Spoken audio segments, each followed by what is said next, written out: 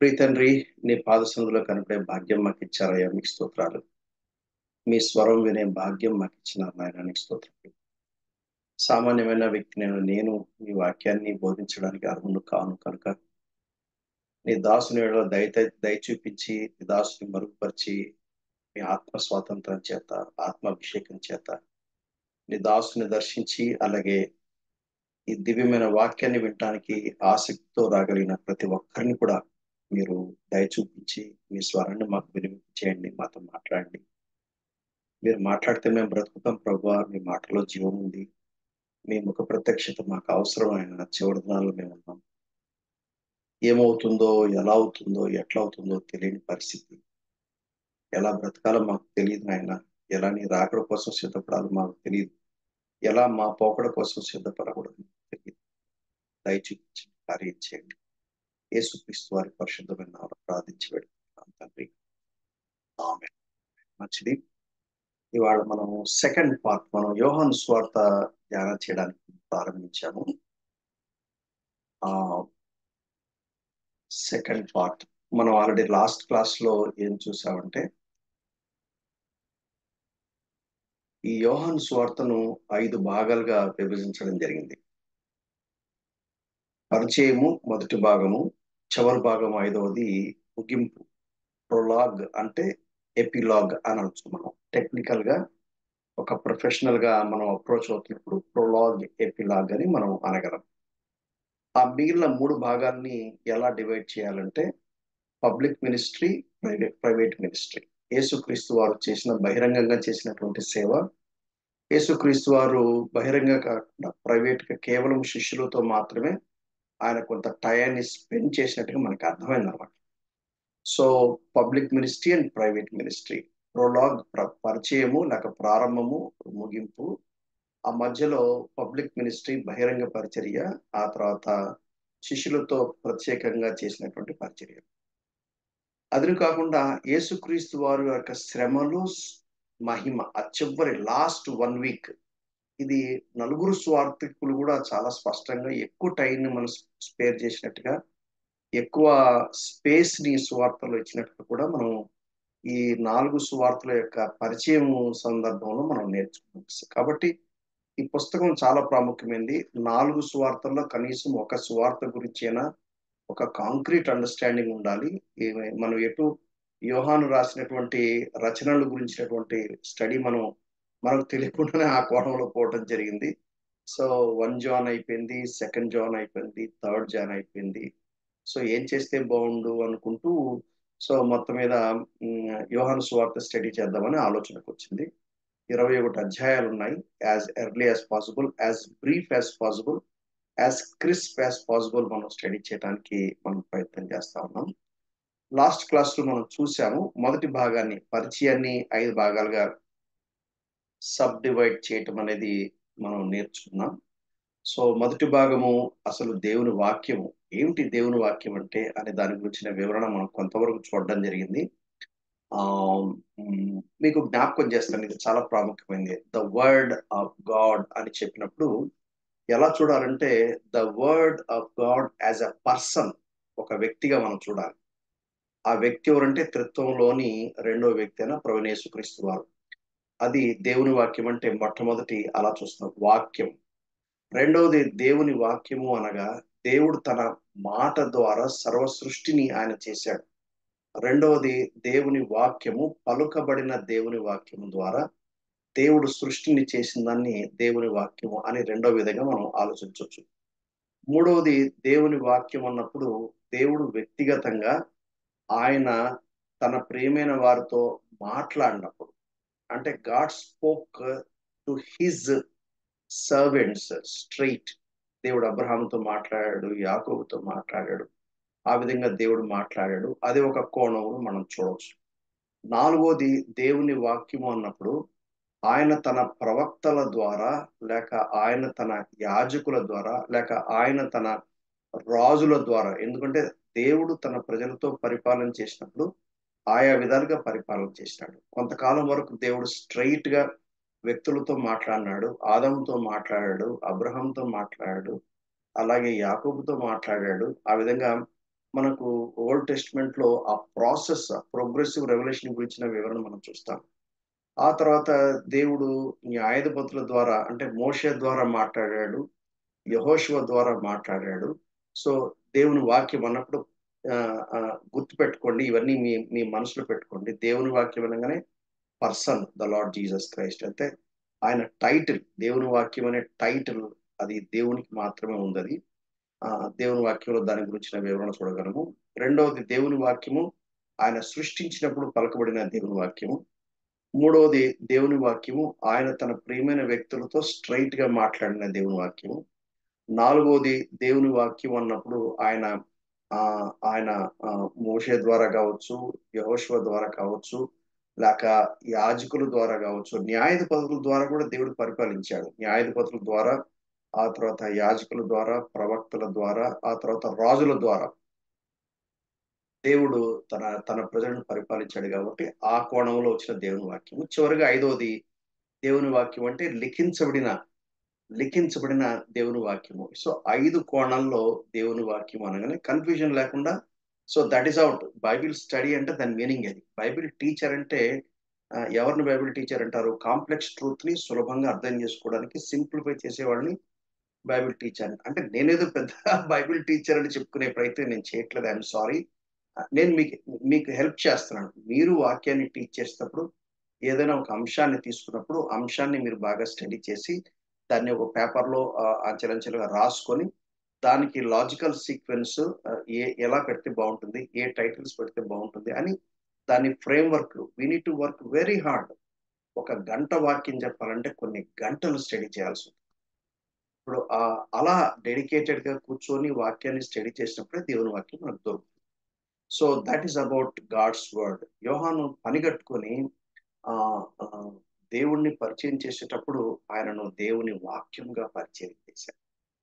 అదే యోహాను రాసిన ప్రకటనలో 19వ అధ్యాయంలో యేసుక్రీస్తుకు ఉన్నటువంటి పేరు ఏంటంటే దేవుని వాక్యము అను నామం కలిగిన వాడు. ఈ రెవల్యూషన్ అనేది మనకు అపోస్తులని యోహానుకు కలిగినట్లుగా మనము గుర్తించగలం. ఆ తర్వాత 2, 3 వచనాల్లో ఆ ఆ దేవుడు ఆయనను ఒక సృష్టికర్తగా, ఆయనను జీవము కలిగిన వాడుగా, వెలుగుగా ఆయన మనకు పరిచయం చేస్తాడు.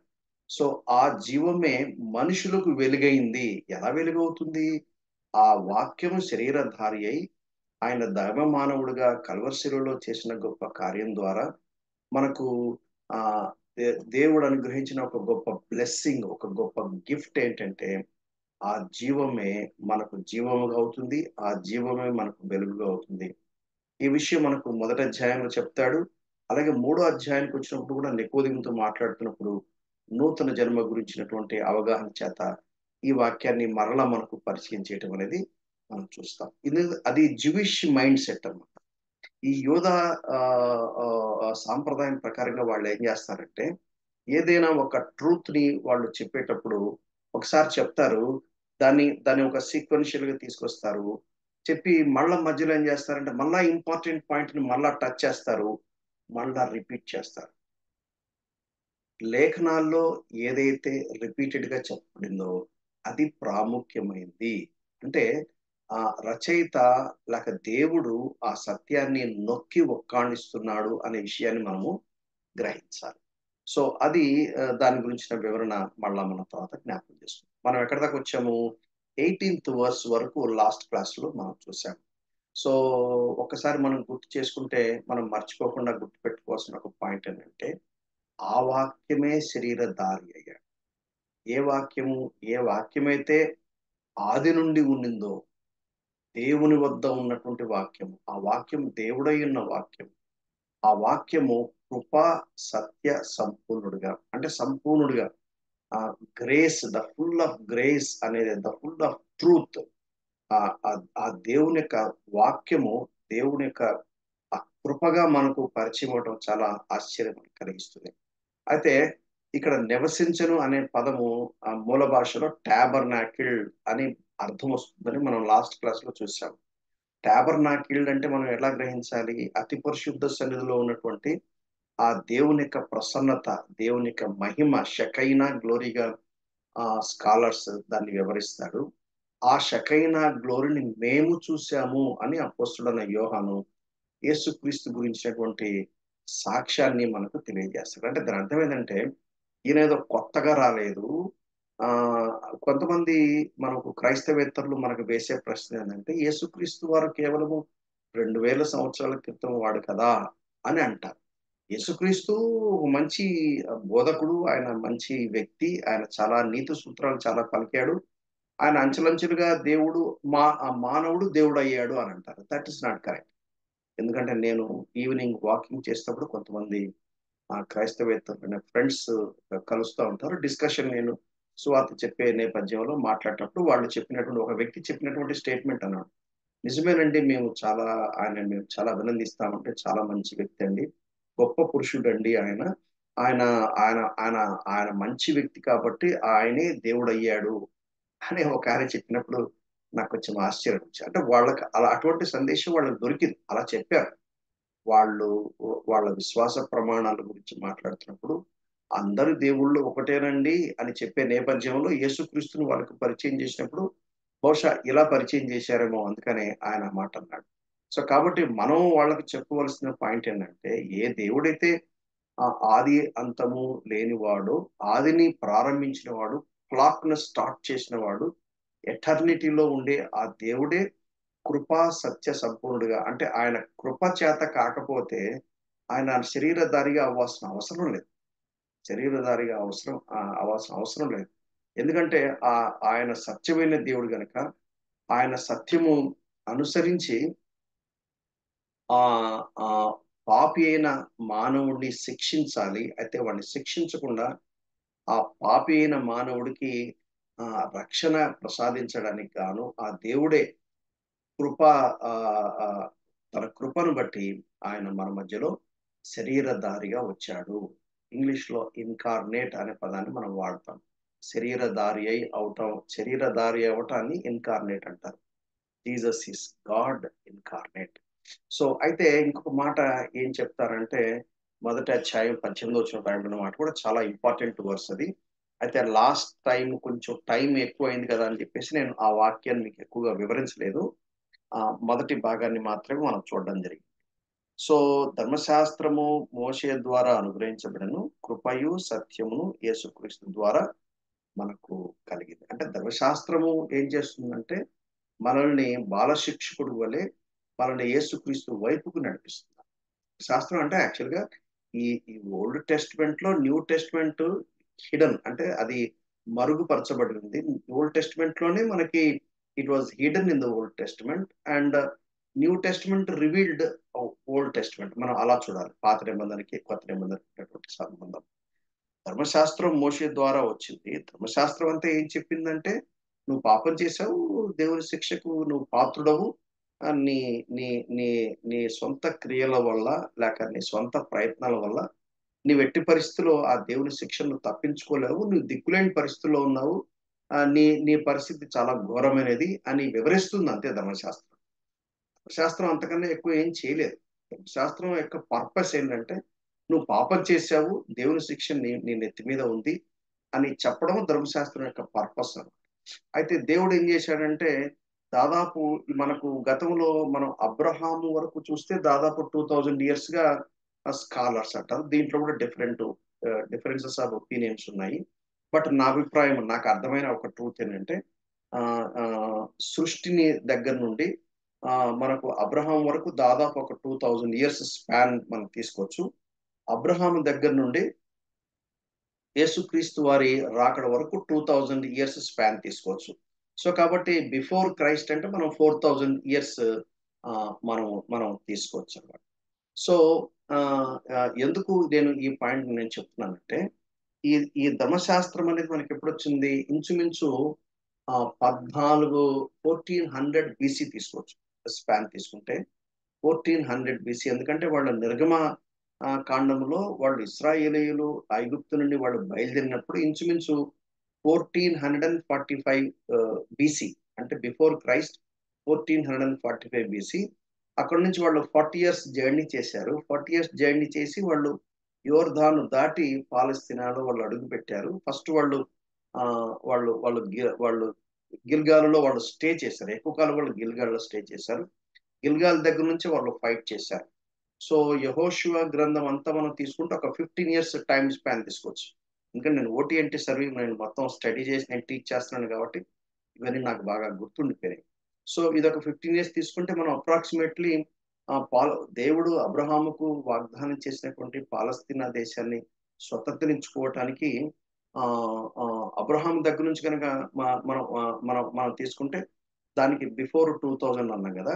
అక్కడ నుండి ఇక్కడికి బేబీ అరౌండ్ 1400 అంటే 600 కాలం పట్టింది. అబ్రహాం దగ్గర నుంచి మోషే వరకు దాదాపు ఒక 600 ఇయర్స్ స్పాన్ వచ్చింది. ఎందుకంటే ఆది కాండంకి నిర్గమకాండానికి మధ్యకాలం కూడా మనకు దాదాపు ఒక 300 ఇయర్స్ స్పాన్ ఉందన్నమాట, గ్యాప్. అంటే జెనసిస్ చాప్టర్ 15 నుండి ఎక్సోడస్ చాప్టర్ 1 కి మధ్యకాలం దాదాపు ఒక 300 ఇయర్స్ స్పాన్ ఉంది. సో వాక్యాన్ని మనం స్టడీ చేసేటప్పుడు మనకు ఇవన్నీ మనం ఒక గ్రాఫిక్ పిక్చర్ లో పెట్టుకొని అలా గనక స్టడీ చేస్తే ఒక క్లారిటీగా ఉంటుంది సందేశం. ఏదో చీకట్లో బాణం వేసినట్టుగా కాకుండా వాక్యం ఒక ఒక స్పష్టతతో మనం అర్థం చేసుకునే ప్రయత్నం మనం చేయాలి. So let's come to the point. ఇక్కడ ధర్మశాస్త్రము దేవుడు ఏం చేశాడంటే దాదాపు ఒక 4000 ఇయర్స్ టైం స్పేస్ ఇచ్చాడు. ఆదికాండం 3వ అధ్యాయంలో ఆదామవ్వలు పతనమైనప్పుడు అక్కడి నుంచి దేవుడు ఏం చేశారంటే ఓకే, మీరు దేవునికి ఇష్టలుగా బ్రతకాలా, దేవునికి ఇష్టలుగా బ్రతకాలంటే అసలు దేవునికి నీకు కనెక్షన్ కావాలంటే బలిపీఠం అవసరము, బలి అవసరము అని ఆదికాండం 3వ అధ్యాయంలోనే వాళ్ళకు చర్మపు చొక్కాయలు చేయించినప్పుడు తొడిగించినప్పుడే దేవుడు వాళ్ళకి ఆదాము వాళ్ళకి ఒక ఒక క్లారిటీ ఆఫ్ అండర్స్టాండింగ్ వాళ్ళకి అనుగ్రహించాడు. వాళ్ళకి అది క్లారిటీ ఆఫ్ అండర్స్టాండింగ్ ఇచ్చాడని మీకు ఎలా తెలుసు అని మీరు నన్ను ప్రశ్నించవచ్చు. ఎలా తెలుసు అంటే ఏబేలు బలి అర్పించాడు. ఏబేలు బలి అర్పించడానికి ఏబేలుకి ఆ ఇన్ఫర్మేషన్ ఎక్కడి నుంచి వచ్చింది, ఏబేలుకి ఆ ట్రూత్ ఎక్కడి నుంచి వచ్చింది, ఆదాము వాళ్ళు షేర్ చేశారు. సో కయ్యను కూడా నేను ఏదైనా దేవునికి ఇవ్వాలని ఆలోచన వచ్చింది. ఎందుకంటే దేవునితో కనెక్ట్ అవ్వాలంటే బలిపీఠం లేకుండా కనెక్ట్ అవ్వడానికి వీల్లేదు. దేవునికి మానవుడికి బలిపీఠం అనేది ఏం చేస్తుంటే the altar connects God and man. Actual గా యేసుక్రీస్తు వారు కల్వరి శిలువలో చేసినటువంటి ఆ విమోచన కార్యాన్ని గురించిన గ్రహింపు అవగాహన ఆదికాండం 3వ అధ్యాయం వాళ్ళని అక్కడి నుంచి వెళ్ళగొట్టక మునిపే దేవుడు వారికి ఒక అండర్స్టాండింగ్ ఇచ్చాడు. అయితే వాళ్ళకి అంత ఎక్కువ వెలుగు లేదు, మనకి ఎక్కువగా వెలుగుంది. హెబ్రీ పత్రిక 11వ అధ్యాయంలో హెబ్రీ గ్రంథకర్త he toils to he labours to explain the point ఏంటంటే విశ్వాసమే. పాత నిబంధన భక్తులకు విశ్వాసమే, కొత్త నిబంధన భక్తులకు విశ్వాసమే. పాత నిబంధనలో కూడా యేసుక్రీస్తే రక్షకుడు, కొత్త నిబంధనలో కూడా యేసుక్రీస్తు రక్షకుడు. సో పాత నిబంధనలో కృపచేత, కొత్త నిబంధనలు కూడా కృపచేత. ఈ 3 పాయింట్లు బాగా గుర్తుపెట్టుకోవాలి. సువార్తను బాగా చెప్పాలంటే by faith through grace in Jesus Christ. విశ్వాసము ద్వారా కృప చేత క్రీస్తు నందు. అయితే పాత నిబంధనలో క్రీస్తు బలిగా అర్పించబడవలసిందే, అప్పుడు నాకు కంప్లీట్ విమోచన దొరుకుతుంది అనే అవగాహన వాళ్ళకుంది. వాళ్ళు అర్పించే అర్పణలన్నీ కూడా ఏంటిదంటే టెంపరల్ అర్పణలు. ఆ అర్పణల ద్వారా పాపములు క్షమించబడవు, పాపములు కప్పబడతాయి. అందుకనే వాళ్ళు మళ్ళా పాపం చేస్తారు. కానీ కొత్త నిబంధనలో ఆ వెలుగు మనకి ఎక్కువ వచ్చింది. వాళ్ళు ఏం చేశారంటే రాబోయే యేసుక్రీస్తుని వాళ్ళు చూశారు. మనం ఏం చేస్తున్నామంటే 2000 ఇయర్స్ బ్యాక్ జరిగిన ఆ చరిత్రను మనం చూసి మన కోసం చేసిన కార్యాన్ని మనం చూస్తున్నాం. అంతే వ్యత్యాసం. వాళ్ళేమో ఫ్యూచర్ చూశారు, మనమేమో వెనక్కి చూస్తున్నాము. ఈ ట్రూత్ మీరు బాగా గుర్తుపెట్టు. ఏం చేతనంటే వాక్యాన్ని వాక్యాన్ని అర్థం చేసుకునేటప్పుడు ఒక క్లారిటీ ఆఫ్ అండర్స్టాండింగ్ తో కనుక మనం వాక్యాన్ని అర్థం చేసుకుంటే అక్కడి నుంచి ఆరాధన అనేది మనలో నుంచి మనకి బయటకు వస్తుంది. So it comes from the inner bellies of our heart. When we think of the plan of salvation of God, amazing plan of salvation, ఆ దేవుని యొక్క రక్షణ ప్రణాళిక ఎంత అద్భుతమైందంటే, ఎంత విచిత్రమైందంటే చాలా చాలా ఆశ్చర్యంగా. ఆ నేపథ్యంలోనే ఎవడును ఎప్పుడును దేవుణ్ణి చూడలేదు. ఈ స్టేట్మెంట్ మీరు బాగా గ్రహించాలి. ఎవడును ఎప్పుడును దేవుణ్ణి చూడలేదు. అదేంటబ్బా అంటే ఏ మానవుడు కూడా దేవుణ్ణి చూడలేదా? ఎస్. మరి అట్లయితే అబ్రహాం చూసింది ఎవరు? మరి యాకోబుతో పోరాడింది ఎవరు? మరి మనోహకు ఆ, ముందు తన భార్యకు, తర్వాత మనోహ కనపడ్డాడు. ఆ తర్వాత మోషే చూసింది ఎవరు? 40 రాత్రింబవళ్ళు ఆయన ఆయన ఆయన సినాయి పర్వతం మీద చూశాడు కదా. ఆ తర్వాత ఒక సేనాధిపతిగా, సైన్యాధిపతిగా యెహోషువ గ్రంథం 5వ అధ్యాయం కూడా ఆయనకు దర్శనం ఇచ్చాడు కదా. సో ఈ పాత నిబంధనలో ప్రవక్తలతో దేవుడు మాట్లాడినాడు, వాళ్ళకి ప్రత్యక్షమయ్యాడు. ఇవన్నీ మరి ఎట్లా ఎక్స్ప్లెయిన్ చేయాలి? మరి ఎవడును ఎప్పుడైనాను దేవుణ్ణి చూడలేదంటే మరి వాళ్ళు ఎవరు చూశారు? ఎవరు చూశారంటే శరీరధారి అయిన దైవ మానవుడు శరీరధారి కాక మునుపు శరీరధారి కాక మునుపు యెహోవాగా ప్రత్యక్షమయ్యాడు. అదే మనకి దూతతో పోరాడి గెలిచెనని హోషేయ 11 అంటాడు. యాకోబు పోరాడింది దూతతో. దేవుణ్ణి చూశాడంటాడు. దూతతో పోరాడి గెలిచాడని హోషేయ 11 అంటాడు.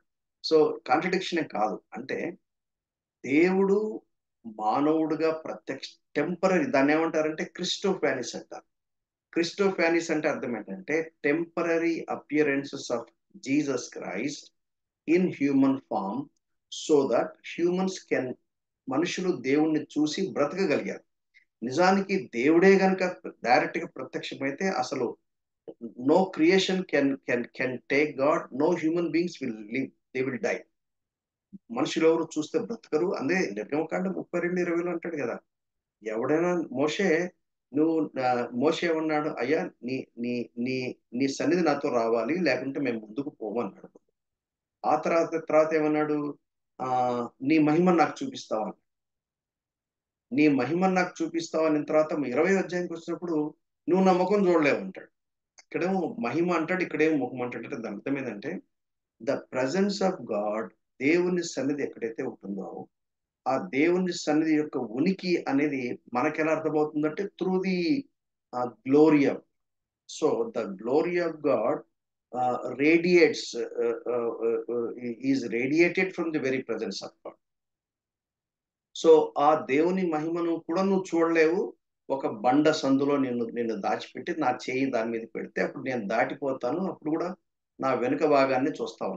యాక్చువల్గా ఆ పారాగ్రాఫ్ అంతా కూడా మనం స్టడీ చేస్తే ఏమర్థమవుతుందంటే again God is non physical, again God is non meta, ఆయన ఆయన ఆయన భౌతికేతరుడు. సో భౌతికేతరుడు కాబట్టి ఫిజికల్ ఫామ్ అనేది ఉండదు కాబట్టి మరి దేవుడికి ముఖం ఏంటి, వెనక భాగం ఏంటి, ముందు భాగం ఏంటి? దీన్ని ఆంథ్రోపోమార్ఫిక్ లాంగ్వేజ్ అంటారు.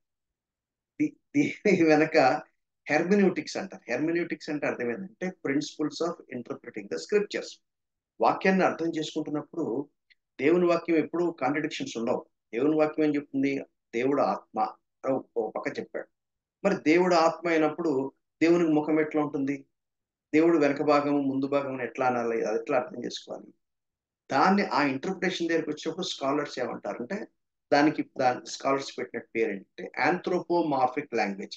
ఆంథ్రోపోస్ అంటే హ్యూమన్ బీయింగ్స్, మార్ఫో అంటే చేంజ్. ఆంథ్రోపోమార్ఫిక్ లాంగ్వేజ్ అని అర్థం అంటే మనము దేవుని గురించి అవగాహన చేసుకోవటానికి మనుషులకు అర్థమయ్యే భాషలో లేక మనుషులకు వాడుకలో ఉన్నటువంటి రీతిలో దేవుడు తను తాను ప్రత్యక్షపరచుకోవటము, అదనమాట. So for example this is ball అని చిన్నపిల్లవాడికి నేర్పించాలి. దిస్ ఇస్ బాల్ అంటే వాడికి ఎట్లా అర్థమవుతుంది? ఎంత చెప్పినా అర్థం కాదు. ఒక ఒక పిక్చర్ గీసేసి దాంట్లో ఒక బాల్ బొమ్మ పెట్టి దిస్ ఇస్ బాల్ అంటే ఓహో this is ball, this is bus, this is pen, this is cup అన్నప్పుడు ఓహో పెన్ను చూసుంటారు, దిస్ ఇస్ పెన్ అంటాడు. ఎక్కడి నుంచి వచ్చిందంటే ఒక పిక్చర్ చూపించాడు, ఆ తర్వాత ఒక ఆబ్జెక్ట్ పెన్ కూడా చూపించి దీన్ని పెన్ అంటారంటే that is law of identity ఫిలాసఫీలో. సో కాబట్టి ఆంథ్రోపోమార్ఫిక్ లాంగ్వేజ్, ఇదేమో క్రిస్టోఫానిస్ అంటే అందుకని మీరు చాలాసార్లు వినుంటారు యేసుక్రీస్తు ఆది కాండం 1వ అధ్యాయం నుండి ప్రకటన గ్రంథం చివరి వరకు ఆయనే కనపడతాడు అని. కానీ కొంతమంది తెలియక ఏమనుకుంటారంటే యెహోవా అనగానే గాడ్ ద ఫాదర్ అనుకుంటారు, యెహోవా అనగానే తండ్రి అయిన దేవుడు అనుకుంటారు. అది కరెక్ట్ కాదు. యెహోవా అనగానే యేసుక్రీస్తు కూడా యెహోవాగా కనపడ్డాడు. ఐ థింక్ గతంలో కూడా నేను మీకు ఆ ఎక్స్ప్లెనేషన్ మీకు బాగా ఇచ్చినట్టున్నాను. యెహోవా అనే అనే అనే పదం యాహ్వే, YHWH. దేవుడికి 3 పర్సనల్ నేమ్స్ ఉంటాయి. Elohim, Yahweh, Adonai. ఎనివే నేను మళ్ళా సబ్జెక్ట్ నేను అటు ఇటు పక్కకు వెళ్తున్నట్టున్నాను. ఆ డాక్ట్రిన్ ఆన్ గాడ్ గురించి స్టడీ చేసినప్పుడు ఈ వివరాలను మనం చూస్తాం. ఎవడను ఎప్పుడును దేవుని చూడలేదు. ఎందుకంటే ఎవరిని చూడలేదు? గాడ్ ద ఫాదర్‌ని చూడలేదు, గాడ్ ద హోలీ స్పిరిట్‌ని చూడలేదు. అయితే సన్ ఆఫ్ గాడ్‌ని చూశారు వాళ్ళు. సన్ ఆఫ్ గాడ్ ని టెంపరల్ గా చూసారు, పర్మనెంట్ గా చూడలేదు. దాన్ని క్రిస్టోఫానిస్ ఆర్ థియోఫానిస్ అంటారు. థియోస్ అంటే గాడ్, ఫానిస్ అంటే ఆ, ఆ, ఆ, ఆ, మనకు అర్థమయ్యే పద్ధతిలో, మనకు అర్థమయ్యే రీతిలో దేవుడు తను ఆ, మార్పు చెందినట్టుగా కనపడ్డాం అన్నమాట. సో ఈ విషయాన్ని మీరు కొంచెం గుర్తుపెట్టుకోండి. ఎందుకంటే ఎవడును ఎప్పుడైనా చూడలేదంటే మీకు కొంచెం కన్ఫ్యూజ్ అవుతారు. అదేంటబ్బా మరి ఆదికాండంలో కనపడ్డాడు కదా, అలాగే పాత నిబంధనలో చాలా సార్లు కనపడ్డాడు కదా, మరి ఆ దేవుడే కదా, మరి ఈ విషయం దీన్ని ఇంటర్ప్రిటింగ్ ప్రిన్సిపల్స్ తెలియని వాళ్ళు ఏం చేస్తారంటే, అంత బైబిల్ అంతా తప్పులు తడకలు ఉన్నాయండి, చూడండి చూడలేదని ఇక్కడ చెప్పారు, అక్కడేమో అబ్రహాం యెహోవాను చూసినంటారు, మరి అట్లయితే యెహోవా దేవుడు కాదు కదా అని వాళ్ళు పిచ్చి పిచ్చిగా మాట్లాడతారు. సో అందుకనే ఇప్పుడు చూడండి, గుర్తుపెట్టుకోండి, ఒక లాంగ్వేజ్ ఉందనుకోండి, లాంగ్వేజ్కి ఏముంటుంది? గ్రామర్. సో లాంగ్వేజ్ ని మనం కరెక్ట్ గా యూజ్ చేయాలంటే గ్రామర్ కరెక్ట్ గా మాట్లాడాలి. గ్రామర్ కనుక పొరపాటు అయితే అర్థమే కాదు, అర్థమే కాదు. సో ఐ గేవ్ అంటే నేను ఇచ్చాను, ఐఎమ్ గివెన్ అంటే నాకు ఇవ్వబడింది, కంప్లీట్ చేంజ్ అయిపోయింది. I gave, I'm given. So grammar correct గా అర్థమైతే ఆ స్టేట్మెంట్ చదవగానే ఓహో అలాగా అని అర్థమవుతుంది. అలాగే ఒక లాంగ్వేజ్ కి ఒక వొకాబులరీ, ఆ వొకాబులరీకి ఒక డిక్షనరీ. సో ఒక లాంగ్వేజ్ అర్థం అవ్వాలంటే లాంగ్వేజ్ గ్రామర్ తెలియాలి, లాంగ్వేజ్ వొకాబులరీ తెలియాలి, వొకాబులరీకి సంబంధించిన డిక్షనరీ తెలియాలి. అన్ఫార్చునేట్లీ చాలా మంది బోధకులు ఎన్నేం పట్టించుకోరు, ఊరికి అలా చూసేస్తారు, ఎట్లా పడితే నోటుకు వచ్చినట్టుగా బోధిస్తూ ఉంటారు. సంఘంలో లేనిపోని గలిబిలి, లేనిపోని కన్ఫ్యూజన్. సో అందుకనే వాక్యాన్ని చెప్పే బోధకులు దేవుని వాక్యాన్ని ఎలా టీచ్ చేయాలి అని కొన్ని ఫండమెంటల్ ఇంటర్ప్రిటింగ్ ప్రిన్సిపల్స్ ఉంటాయి. అందుకనే నేర్చుకోవాలండి. నేర్చుకోకుండా స్ట్రెయిట్ అవే ఊరక అక్కడ వినింది, ఇక్కడ వినింది అన్ని తీసి ముందు పెట్టేసేసుకొని, లేతే క్రోనాలజికల్ లేతే కంకార్డెన్స్ తీసేసుకొని మొత్తం రాసేసుకొని కాంటెక్స్ట్‌కి సంబంధం లేకుండా అలా చెప్పడం వల్ల ట్రూత్ చెప్పేదాని బదులు గలిబిలి, గలిబిలి చేసే గందరగోళ పరిస్థితులున్నాయి. అందుకని బోధకులు కాకుడి అన్నారు. It's a very risky job అది. ఎందుకంటే దేవుని సన్నిధిలో దేవునికి ఒక ప్రతినిధిగా నిలబడ్డప్పుడు చెప్పకూడనిది చెప్పినా ప్రాబ్లమే, చెప్పవలసింది చెప్పకపోయినా ప్రాబ్లమే. So we should be very careful. ఎవడును ఎప్పుడైనాను దేవుణ్ణి చూడలేదంటే అలా మనం అండర్‌స్టాండ్ చేసుకోవాలి. తండ్రి రొమ్మునున్న అద్వితీయ కుమారుడే ఆయనను బయలుపరిచాను. అంటే ఇప్పుడు ఎవరి గురించి మాట్లాడుతున్నాడు? Jesus Christ is talking about God the father. తండ్రి అయిన దేవుని గురించిన అవగాహన మనకు కావాలంటే కేవలం యేసుక్రీస్తు ద్వారా మాత్రమే సాధ్యమవుతుంది. యేసుక్రీస్తుని గురించిన అవగాహన మనకు కావాలంటే పరిశుద్ధాత్మ ద్వారా మాత్రమే మనకు సాధ్యమవుతుంది. దేవుడు ఈ సిస్టమ్ పెట్టాడు. దేవుడు ఈ ట్రూత్ ని దేవుడు మన ముందు పెట్టాడు. We need to simply try to understand. ఇదే మాట మనకు మత్తయి సువార్తలో కూడా మనకు కనపడుతుంది. ఒకసారి ఈ చెయ్యి ఇక్కడ పెట్టి మళ్ళా ఇక్కడికే వస్తాము. మత్తయి సువార్త 11 అధ్యాయం చూడండి. మీకు ఒక ట్రూత్ మనకు మత్తయి సువార్త 11 అధ్యాయం 20, 27 వచనం. సమస్తమును ఆ! 26 కూడా చదువుతాను. అవును తండ్రి, ఇలాగు చేయుట నీ దృష్టికి అనుకూలమాయె. ఎలాగు చేయుట?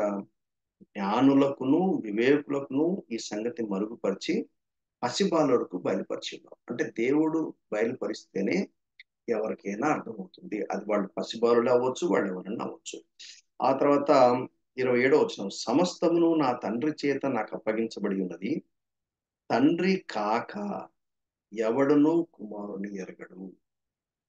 తండ్రి కాక ఎవడును కుమారుని ఎరగడు. తర్వాత కుమారుడు గాకను కుమారుడు ఎవనికి ఆయనను బయలుపరచను ఉద్దేశించునో వాడు గాకను మరి ఎవడునూ తండ్రిని ఎరగడు. సో ఇప్పుడు తండ్రిని మనం అర్థం చేసుకోవాలంటే ప్రభువైన యేసుక్రీస్తు ద్వారా మాత్రమే మనకు సాధ్యం. అందుకనే తర్వాత యోహాను సువార్తల తర్వాత మనం చూస్తాం. ఫిలిప్పు నాకు తండ్రిని చూపించమంటావు ఏంటి? నన్ను చూస్తే తండ్రిని చూసినట్టే అంటాడు. త్రిత్వం గురించినటువంటి బ్యూటిఫుల్ ట్రూత్స్ మనకు యోహాను సువార్తలో మనకు తారసము. సో ఈ వచనం మీకు అర్థమైంది అనుకుంటున్నాను. ఎవడును ఎప్పుడైనాను దేవుణ్ణి చూడలేదు. తండ్రి రొమ్మునున్న అద్వితీయ కుమారుడే ఆయనను బయలుపరచెను. ఆ తర్వాత మనకు ఈ పరిచయంలో తర్వాత పాయింట్ ని మనం నేర్చుకోవడానికి మనం ప్రయత్నం చేస్తాము. ఏంటిదంటే బాప్తిస్మిచ్చు యోహాను యొక్క పరిచర్య గురించినటువంటి వివరణ మనకు 19th వర్స్ నుండి మనకు ఎక్కడ దాకా మనం చూస్తామంటే దాదాపు 34వ వచనం వరకు మనం చూస్తాం. 19th వర్స్ నుండి 34 4th వర్స్కు మనకు కనపడుతుంది. నేను చదువుతాను. ఆ తర్వాత మీరు కూడా జాగ్రత్తగా నాతో పాటు ఫాలో అవ్వండి. దాన్ని మనం స్టడీ చేయడానికి ట్రై చేస్తాం. ఇప్పటి వరకు మనం నిన్న లాస్ట్ క్లాస్‌లో ఏదైతే స్టడీ చేసామో, దాన్ని ఒకసారి గుర్తు చేసుకోవడానికి, అలాగే 18th వర్స్ సెకండ్ పార్ట్‌ని మనం కొంత చూడడానికి మనం ప్రయత్నం చేశాం. 19th verse first chapter John's gospel. నీవెవడవని అడుగుటకు యూదులు యెరూషలేము నుండి యాజకులను, లేవీయులను యోహాను వద్దకు పంపినప్పుడు అతడిచ్చిన సాక్ష్యం ఇదే. అతడు ఎరుగననక ఒప్పుకొనెను. క్రీస్తును కానని ఒప్పుకొనెను. కాగా వారు మరి నీవెవడవు? నీవు ఏలియావా అని అడగగా అతడు కాననెను. నీవు ఆ ప్రవక్తవా అని అడగగా కానని ఉత్తరమిచ్చెను. కాబట్టి వారు నీవెవరు? మమ్మను పంపిన వారికి మేము ఉత్తరం ఇయ్యవలెను గనుక నిన్ను గూర్చి నీవేమని చెప్పుకొనుచున్నావని అతనిని అడిగిరి. అందుకతడు ప్రవక్త అయిన యెషయా చెప్పినట్లు నేను ప్రభువు త్రోవ సరళం చేయుడని అరణ్యములో ఎలుగెత్తి చెప్పు ఒకని స్వరము అని చెప్పాను. ఒకని శబ్దం అని చెప్పాను. పంపబడిన వారు పరిశీలకు చెందిన వారు. వారు నీవు క్రీస్తువైనను ఏలియావైనను ఆ ప్రవక్తవైనను కాని యెడల ఎందుకు బాప్తిస్మిచ్చుచున్నావు అని అతనిని అడగగా యోహాను నేను నీళ్లలో బాప్తిస్మిచ్చుచున్నాను గాని నా వెనక వచ్చువాడు మీ మధ్య ఉన్నాడు. మీరు ఆయనను ఎరుగరు. ఆయన చెప్పుల వారిని విప్పుటకైనను నేను యోగ్యుడను కానని వారితో చెప్పాను. యోహాను బాప్తిస్మిచ్చుచున్న యోర్దాను నదికి ఆవరణలో బేతనియలో ఈ సంగతులు జరిగాయి. మరునాడు యోహాను యేసు తన యొద్దకు రాగా చూచి, ఇదిగో లోక పాపములు మోసుకుని పోవు దేవుని గొర్రెపిల్ల. నా వెనక ఒక మనుష్యుడు వచ్చుచున్నాడు. ఆయన నాకంటే ప్రముఖుడు. ఆయన నాకంటే ముందటి వాడాయనని నేనెవని గూర్చి చెప్పుతున్నాను. ఆయనే ఈయన. నేను ఆయనను ఎరుగనైతిని గాని ఆయన ఇశ్రాయేలులకు ప్రత్యక్షమగుటకు నేను నీళ్లలో బాప్తిస్మిచ్చుచు వచ్చితినని చెప్పాను. మరియు యోహాను సాక్ష్యమిచ్చుచు ఆత్మ పావురం వలె ఆకాశం నుండి దిగి వచ్చుట చూచితిని. ఆ ఆత్మ ఆయన మీద నిలిచెను. నేను ఆయనను ఎరుగనైతిని గాని నీళ్లలో బాప్తిసమిచ్చుటకు నన్ను పంపినవాడు నీవెవని మీద ఆత్మ దిగి వచ్చి నిలుచుట చూతువో ఆయనే పరిశుద్ధాత్మలో బాప్తిస్మిచ్చువాడని నాతో చెప్పాను. ఈయనే దేవుని కుమారుడని నేను తెలుసుకుని సాక్ష్యం ఇచ్చినాను. దేవుడి వాక్యాన్ని మన కొరికే దీవించి ఆశీర్వదించి ఈ వాక్యం ద్వారా మనల్ని సంధించి ఆ తన ప్రత్యక్షతను మనకు బయలుపరచును గాక. ఆమేన్.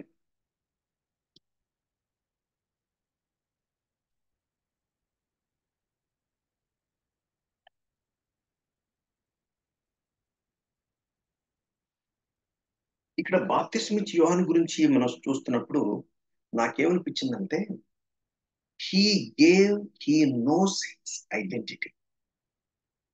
ఆయన ఎవరో ఆయనకు ఒక స్పష్టమైన అవగాహన. ఆయన ఎవరో ఆయనకు ఒక అవగాహన ఉంది. ఆయన ఏం చేయాలో కూడా ఆయనకి సరైన అవగాహన. ఈ దినాల్లో మనకున్నటువంటి గందరగోళ పరిస్థితులు ఎందుకంటే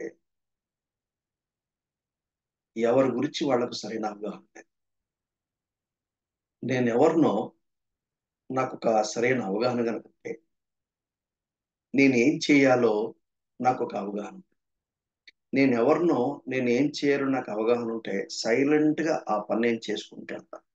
నేను మిగిలిన విషయాలు నేనేం పట్టించుకోను. 100 అట్రాక్షన్స్ వస్తాయి. No deviation. నేను ఆ టార్గెట్ ఆ గోల్ వైపే నేను వెళ్తాను. ఎందుకంటే నేనెవరో నాకు తెలుసు. నేనేం చేయాలో నాకు తెలుసు. సో యోహాను బాప్తిస్మిచ్చే యోహాను గురించి మనం స్టడీ చేయకముందు ఈ ప్రశ్న నేను మీతో వేయనీయండి. ప్రియమైన సహోదరి సహోదరులారా, రక్షించబడ్డామని చెప్పుకుంటున్నాము. మనం దేవుణ్ణి ఆరాధించి ఆరాధికులు అని చెప్పుకుంటున్నాము. మరి నీవెవరో నీకు అవగాహన ఉందా? దేవుడు ఎందుకు నిన్ను ఈ భూమి మీదకి పంపించాడో నీకు ఒక అవగాహన ఉందా?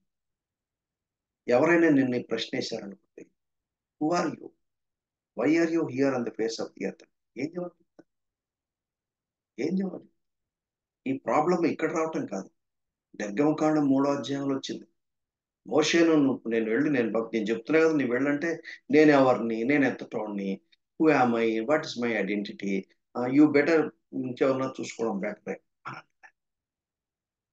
So we need to have a clear understanding.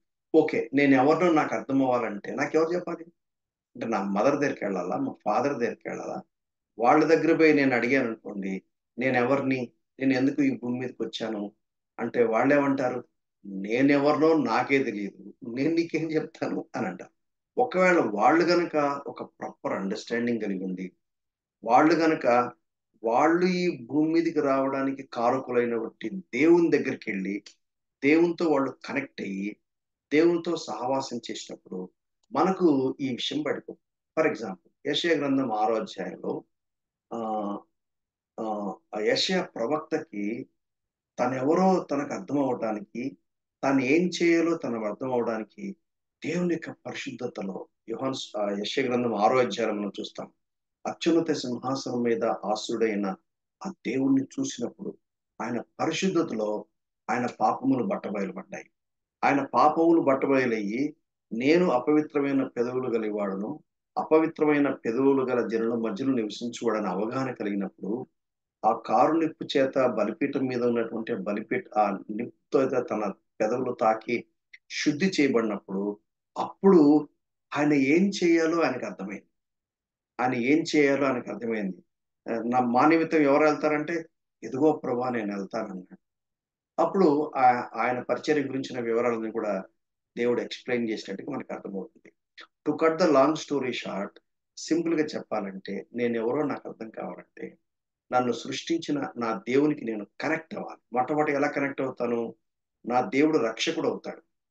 ఆ తర్వాత నా దేవుడు నాకు ప్రభువు అవుతాడు. రక్షకుడవ్వాలి. రెండోది ప్రభువు అవ్వాలి. ఆ తర్వాత ఆయన నాకు తండ్రి అవుతాడు. తండ్రి అవుతాడు. హి బికమ్స్ మై ఫాదర్. ఆ తర్వాత ఆయన నాకు గురువు అవుతాడు. సో, ఈ రిలేషన్‌షిప్ నేపథ్యంలో ఆ దేవుడు నాతో మాట్లాడతాడు. దేవుడు నన్ను సంధించాడు. ఆ లిఖించబడినటువంటి, వ్రాయబడినటువంటి దేవుని వాక్యాన్ని నేను చదువుతున్నప్పుడు, దాన్ని ధ్యానం చేస్తున్నప్పుడు, దేవుడు ఆ వాక్యములో పొందుపరచబడినటువంటి ఆ ట్రూత్ ద్వారా పరిశుద్ధాత్మ దేవుడు నాకు ఆ దేవుణ్ణి పరిచయం చేస్తాడు. ఆ దేవుని యొక్క ప్రత్యక్షతను నాకు అనుగ్రహిస్తాడు. ఆ దేవుణ్ణి ఎరిగే నేపథ్యంలో నేనెవరినో నాకు అర్థమవుతుంది. నేనేం చేయాలో నాకు అర్థమవుతుంది. నేనెవరినో, నేనేం చేయాలో నాకు అర్థమవ్వటానికి రక్షించబడిన ప్రతి వ్యక్తికి ఇవ్వబడిన కృపావరాలు ఏవైతే ఉంటాయో, ఆ పరిశుద్ధత కృపావరాలు ఎందుకిచ్చాడు? ఆయన కోసం బ్రతకటానికి సామర్థ్యం అవి. The gifts of the Holy Spirit ఎందుకు అంటే, దే కెపాసియేట్ అంటే వాళ్ళ సామర్థ్యం అనుగ్రహిస్తుంది. దేవుడు ఒక పని చేయమన్నప్పుడు, ఆ పని చేయడానికి కావాల్సిన సామర్థ్యం ఇస్తాడు.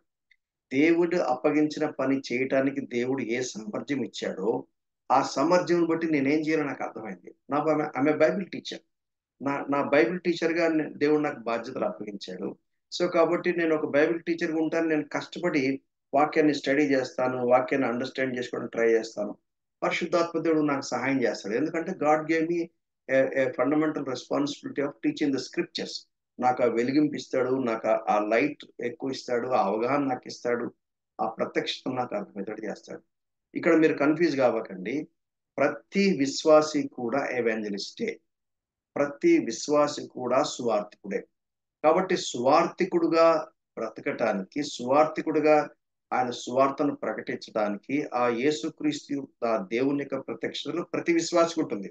అందులో ఏం డౌట్ లేదు. Every believer must have a personal relationship and fellowship with God. ఆ దేవునితో ఫెలోషిప్ చేసేటప్పుడు, వాక్యాన్ని చదివేటప్పుడు అది క్వైట్ టైమే గానివ్వండి, పర్సనల్ బైబిల్ స్టడీ కానివ్వండి, లేక సంఘంలో జరిగే బైబిల్ స్టడీ కానివ్వండి, ఇలాగే మనం కనెక్ట్ అయ్యి దేవుని వాక్యాన్ని స్టడీ చేసేటప్పుడు దేవుడు ప్రతి విశ్వాసికి దేవుని వాక్య ప్రత్యక్షం ఇస్తాడు. అయితే బైబిల్ టీచర్స్‌కి స్పెషల్ రెవల్యూషన్. వాళ్ళకి దేవుడు అందుకనే సంఘంలో ఒక వ్యక్తి బోధ చేయొచ్చా? చేయకూడదా? అంటే సంఘ నాయకులు ఏం చేయాలంటే, ఈ వ్యక్తికి వాక్యాన్ని బోధించే కృపావరం ఉందా? లేదా? అని చూడాలి. వాక్యాన్ని కృపావరం ఎందుకంటే gifts of the Holy Spirit and fruit of the Holy Spirit go together. ఇటు ఆత్మ వరము, ఆత్మ ఫలము 2 కలిసెళ్తాయి.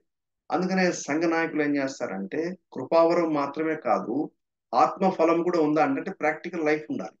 ఫెయిత్‌ఫుల్‌నెస్ ఉండాలి. ఆ ఆత్మవరము, ఆత్మఫలం చూసి అటువంటి వాళ్ళకి ఆ బాధ్యత అప్పగిస్తారు. సో, సంఘంలో ఎవరు ఏ పని చేయాలని నిర్ణయం చేసేది ఎవరు? దేవుడే. నాయకులు కాదండి నిర్ణయం చేసేది. అందుకని మీరు దయచేసి నాయకుల మీద మీరు ఆయాసం పెట్టుకోబాకండి. నాకివ్వడే, నాకు చెప్పడే అని నాయకుల మీద మీరు ఆయాసం పెట్టుకోవద్దండి. ఎందుకంటే ఎవరు ఏ పని చేయాలని తీర్మానం చేసేది నాయకులు కాదు. నాయకులు గుర్తిస్తారు. దేవుడు నిర్ణయిస్తాడు. నాయకులు గుర్తిస్తారు. నన్నెందుకు బైబిల్ స్టడీ తీసుకోమన్నారు? నన్ను గుర్తించారు. నేను బైబిల్ టీచర్‌ని మీ నాయకులు గుర్తించారు. మీరు నన్ను ఆహ్వానించారు. ఇది దేవుని సంకల్పం అని నాకు అర్థమైంది. నేనేం చేశానంటే, యెస్ బ్రదర్ అని నేను మీతో కోఆపరేట్ చేశాను. మనం పార్ట్నర్స్‌గా కలిసి మనం పరిచర్య చేస్తాం. సో, నేను మీ చర్చ్ మెంబర్ అవును. కాదు. But I am one of your family members. అందులో డౌట్ లేదు. ఎందుకంటే చాలా కాలం నుంచి నేను మీతో కలిసి సేవ చేస్తున్నాను. మనకొక బాండ్ ఏర్పడింది. నన్ను మీరు ఒక ఫ్యామిలీ మెంబర్‌గా చూస్తారు. నన్ను అలాగే మీరు ఆహ్వానిస్తారు. అలాగే మనం కలిసినప్పుడు అటువంటి భావన మనకు కలుగుతుంది. But at the same time I am not exactly your local church member. Local church member నేను కాను. రెగ్యులర్‌గా నేను మీతో సావాసం చేయను. రెగ్యులర్‌గా నేను బైబిల్ స్టడీ బాధ్యతలు అప్పగించబడినప్పుడు ఆ టైం నేను చేస్తాను. లేతే ఏదన్నా ఒక అకేషన్‌లో నన్ను ఆహ్వానించినప్పుడు వాక్యాన్ని బోధించి మళ్ళా నేను నేను నేను నా స్థానానికి నేనొస్తాను. నేను ఎందుకు ఇవన్నీ వివరాలు చెప్తున్నానంటే మీకు అర్థం అవ్వటానికి. మీకు బాగా అర్థం అవ్వటానికి నేను చెప్తున్నాను. బాప్తిస్మా ఇచ్చే యోహాన్ను వాళ్ళు అడిగారు. ఎవరు నువ్వు అని అడిగారు. ఒక క్లారిటీతో బాప్తిస్మా ఇచ్చు ఆయన చెప్పాడు. 19వ వచనం నీవెవడవని అడుగుటకు యూదులు యెరూషలేము నుండి యాజకులను, లేవీయులను యోహాను వద్దకు పంపించారు. అతనేమన్నాడు 20వ వచనం అతడు ఎరుగక ఒప్పుకున్నాడు. ఎరుగక ఒప్పుకున్నాడు. అతను ఎరుగననక నాకు తెలీదు అనకుండా కన్ఫెస్ చేశాడు. ఏం కన్ఫెస్ చేశాడు? నేను క్రీస్తును కాదను. ఎందుకంటే వాళ్ళు మెస్సయ కోసం కనిపెట్టుకున్నారు. ఇటు ఇటు రోమా సామ్రాజ్యం యొక్క ఒత్తిడి, దాడి పెరిగిపోయింది. వాళ్ళకి లేఖనాలను వాళ్ళు బాగా పరిశీలిస్తున్నారు. వాళ్ళు ఆల్రెడీ 400 ఇయర్స్ గ్యాప్ వచ్చింది. మలాకీ గ్రంథము ఓల్డ్ టెస్ట్‌మెంట్ యొక్క లాస్ట్ బుక్ అది. అది ఎప్పుడు దాదాపు 400 బీసీ బిఫోర్ క్రైస్ట్ నాటి రాయబడింది. మళ్ళా జాన్ ద బాప్టిస్ట్ పిక్చర్‌లోకి వచ్చేంత మటుకు మధ్యలో అఫీషియల్ ప్రవక్త అనేది లేడు. అఫీషియల్ ప్రవక్త అనేది లేదు. ఏం జరిగింది ఈ 400 ఇయర్స్‌లో? అది మేము జనరల్‌గా ఈ ఓటీఎన్టీ సర్వే టీచ్ చేసేటప్పుడు ఆ గ్యాప్‌లో ఏం జరిగింది కూడా మేము మేము వివరించడానికి నేను ట్రై చేస్తాను. ఇప్పుడు కాంటెక్స్ట్ కాదు కాబట్టి అవన్నీ నేను చెప్పలేను. సో, కాబట్టి వాళ్ళందరూ ఎదురు చూస్తున్నారు. ఆ మెస్సయ కోసం ఎదురు చూస్తున్నారు. మాకొక రాజు రావాలి. మెస్సయ వస్తానన్నాడు. ఆయన చెప్తే గ్యారంటీ వస్తాడు. అందులో సందేహం లేదు. అయితే ఎప్పుడొస్తాడు? ఎలా వస్తాడు? అని వాళ్ళు ఏం చేస్తున్నారంటే కనిపెట్టుకొని ఉండంగాన ఎప్పుడైతే జాన్ ద బాప్టిస్ట్ ఆయన యోర్దాను నదిలో ఆయన ఆయన ప్రజలకు బాప్తిస్మం ఇస్తూ ఉన్నప్పుడు వాళ్ళకి అర్థమైంది. ఈయన ఏదో he is definitely something different ఎంచేతనంటే వాళ్ళు ఎలిజబెత్, జకరియా స్టోరీ వాళ్ళకి గుర్తుంది. వాళ్ళ వృద్ధాప్యములో ఆయన పుట్టుక ఒక మిరకిల్ అనేది మనం చూస్తాం. లూకా సువార్త మొదటి అధ్యాయంలో again we are not doing character Bible study of John the Baptist. అదే గనుక చేస్తే మళ్ళా లూకా సువార్త మొదటి అధ్యాయానికెళ్ళి అది కూడా మనకి స్టడీ చేయవలసింది. ఇప్పుడు మనం జాన్స్ గాస్పెల్ గురించి మనం స్టడీ చేస్తున్నాం కాబట్టి అంత డీటెయిల్‌గా అక్కడికెళ్ళము. అయితే మీకు అవగాహన కోసం నేను చెప్తున్నాను. సో, జకరియా, ఎలిజబెత్ స్టోరీ వీళ్ళకి తెలుసు. యోహాను ఒక మిరకిల్ చైల్డ్‌గా వాళ్ళకి గుర్తుంది. సో, కాబట్టి వాళ్ళు కేర్‌ఫుల్‌గా అబ్జర్వ్ చేస్తా ఉన్నారు. ఏంటి దిస్ మిరకిల్ చైల్డ్ ఈయనేనా మెస్సయ్య అని వాళ్ళు అబ్జర్వ్ చేస్తా ఉన్నారు. ఎందుకంటే John the Baptist birth itself ఆయన పుట్టినందుకు అనేకులు సంతోషించిరని రాయబడిందన్నమాట. మీకు ఆ మాట మీకు చూపిస్తే మీకు కొంచెం you will be very happy. తెచ్చి చూడండి. మొదటి అధ్యాయంలో అక్కడ ఒక ప్రవచనం అక్కడ అక్కడ ఒక ప్రవచనం గురించినటువంటి వ్యవహారం జరిగిందక్కడ. దేవుని దూత ఆయనతో మాట్లాడడం జరిగింది. ఆయన మౌనిగా కొంతకాలం ఉన్నారు. ఇదంతా వాళ్ళకి తెలుసు. Some miracle is happening.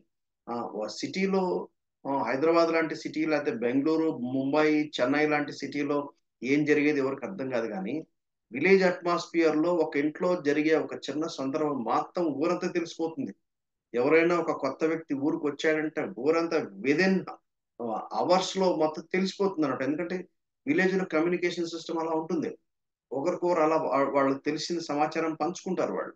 So, ఇప్పుడు జకర్యా గురించి తెలుసు, ఎలిజబెత్ గురించి తెలుసు, దిస్ మిరకిల్ చైల్డ్ గురించి తెలుసు. సో, ఈయన దాదాపు ఒక 30 ఇయర్స్ జనరల్‌గా 30 ఇయర్స్ తర్వాత బయటకొస్తా పబ్లిక్ మినిస్ట్రీకొచ్చే ఆనవాయితీ. బహుశా మేబీ 30 ఇయర్స్ ఆ టైంలో ఈ జాన్ ద బాప్టిస్ట్ పరిచర్య స్టార్ట్ చేసినట్టున్నాడు.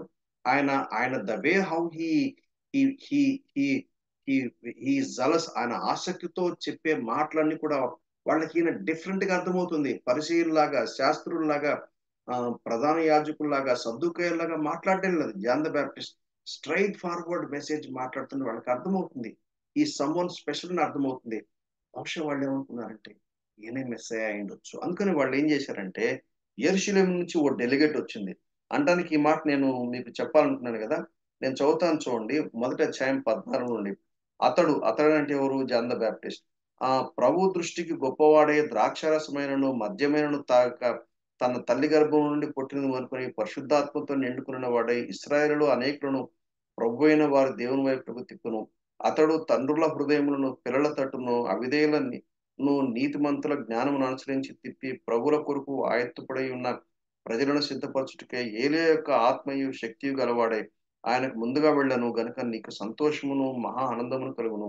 అతడు పుట్టినందుకు అనేకులు సంతోషింతురనెను. ఈ ఈ ఈ ఈ ఈ ప్రవచనం ఏదైతే ఉందో ప్రజలకు తెలుసు వాళ్ళకి. ప్రజలు ఇదంతా ప్రాపగండా అయింది. They are anxiously awaiting what would happen to this child అని జాన్ ద బ్యాప్టిస్ట్ గురించి వాళ్ళు చాలా కేర్ఫుల్ గా వాళ్ళు వాచ్ చేస్తా ఉన్నారు. ఆ తర్వాత దట్టు వీరిద్దరూ వాళ్ళు యాజక వంశంలో ఉన్న వాళ్ళే. వాళ్ళు చిన్నవాడు అంటే దాదాపు జాన్ ద బ్యాప్టిస్ట్ ఒక నాజరిన్ లాగా పెరిగాడు. ఒక ఒక నాజరిన్ లాగా నాజీరు వ్రతము కలిగినటువంటి వ్యక్తిగా పెరిగాడు. స్పెషల్ చైల్డ్ అన్నమాట. అందుకనే వీళ్ళకి డౌట్ వచ్చింది. అందుకని యెరూషలేము నుంచి ఒక డెలిగేట్ పంపించారు. అది 19వ వచనం. యెరూషలేము నుండి యాజకులను, లేవీయులను పిలిపించి అడిగారు వాళ్ళు. అంటే ఎక్కువగా ఆ డిస్కషన్ చాలా జరిగుంటుంది. అయితే మొత్తం రాయలేదు. ఎక్కడైతే అవసరమో అది మాత్రం రాసిపెట్టారు. ఒప్పుకున్నాడు. ఏమని ఒప్పుకున్నాడు? నేను క్రీస్తును కాను ఒప్పుకున్నాడు. చూడండి, because John the Baptist knew who he was so true to his confession. కానీ చాలా సార్లు మనకు ఆ కన్ఫ్యూషన్ ఉన్నప్పుడు ఏం చేస్తాం అంటే అంటే అయిపోద్దిగా. ఏంటి మీరు మెస్సేయ అంటే అంటే ఓ రాయల్ ట్రీట్మెంట్ ఉంటది. సూపర్ డూపర్ ఉంటది. ఈ దినాల్లో చాలా మంది క్రిస్టియన్ లీడర్స్ కానివ్వండి, వాళ్ళ వాళ్ళ వాళ్ళ మోతాదుకు మించి వాళ్ళు ఎక్కువగా తమను తాము చెప్పుకునే విచారకరమైనటువంటి దుస్థితిలో మనం ఉన్నాం. అందుకనే మనం ఉన్నదానికంటే కొంచెం తక్కువని చెప్పుకోవడం బెటర్ గాని ఎక్కువ ఎట్టి పరిస్థితుల్లో చెప్పకూడదు. అసలు నేనెవరినో, నేనెందుకు ఈ భూమి మీద ఉన్నాను, దేవుడు నాకు అప్పగించిన పరిచర్య ఏంటి, నన్నేం చేయమంటున్నాడు అనేది ఒక అవగాహన కలిగి ఉన్నప్పుడు ఆ పనిలోనే మనం నమ్మకంగా పని చేస్తూ పోవాలి. దానికి అటునుంచి ఇన్విటేషన్ వస్తుంది. మనకు సమాధానం ఉంటుంది, నెమ్మది ఉంటుంది. ఆ స్వేచ్ఛతో మనం సేవ చేయటం అనేది జరుగుతుందనమాట. సో, ఆయన పాయింట్ బ్లాంక్‌గా కన్ఫెస్ చేశాడు. ఐయామ్ నాట్ క్రైస్ట్ అని చెప్పాడు. ఆ తర్వాత 21 వచనం. మరి నీవెవరు? నువ్వు ఏలీయవా అంటే, నో, ఏలియా అని గూడా కాదన్నాడు. యాక్చువల్‌గా ఏలియా అని చెప్పుంటే సరిపోయిండది. ఎందుకు అంటే ఏలియా ఆత్మ రెఫరెన్స్ కూడా క్లియర్‌గా చెప్తున్నాడు. రెఫరెన్స్ కూడా వెరీ క్లియర్‌గా చెప్తున్నాడు. ఇదే విషయం మనకు మలాకి గ్రంథం కూడా మనకు కనపడుతుంది ఒక మాట. దయచేసి చూడండి. మలాకి గ్రంథం. దాన్ని యేసుక్రీస్తు వారు కూడా సెకండ్ చేస్తాడు. మలాకి గ్రంథము 4 అధ్యాయంలో నేను చదువుతాను చూడండి. 5వ వచనం. యెహోవా నియమించిన భయంకరమైన ఆ మహాదినము రాకమునుపు నేను ప్రవక్తగు ఏలియాను మీ యొద్దకు పంపుదును. నేను వచ్చి దేశమును శపించకుండునట్లు అతడు తండ్రుల హృదయమును పిల్లల తట్టును, పిల్లల హృదయమును తండ్రుల తట్టును తిప్పును. అదే మాట ఇందాక లూకాసు వార్త మొదటి అధ్యాయంలో మనం చూసాం కదా! ఆహ్, ఆహ్, ఆయన ఎవంజలిస్ట్ లూక్ ఏం చేశాడు? దీన్ని అక్కడ రెఫర్ చేశాడు. ఆ తర్వాత ఆహ్, ఆహ్, నువ్వు ఏలియావా అంటే యాక్చువల్‌గా యేసు ప్రభు దీన్నే ఆయన మరల జాన్ ద బాప్టిస్ట్ గురించి మాట్లాడుతూ మనకు భవిష్యత్తులో ఆ రెఫరెన్స్ కూడా వస్తుంది. ఆ కాంటెక్స్ట్‌లో మళ్ళా మీకు ఆ వచనాన్ని నేను మీకు జ్ఞాపకం చేస్తాను. సో, ఏలియావా అంటే కాదన్నాడు.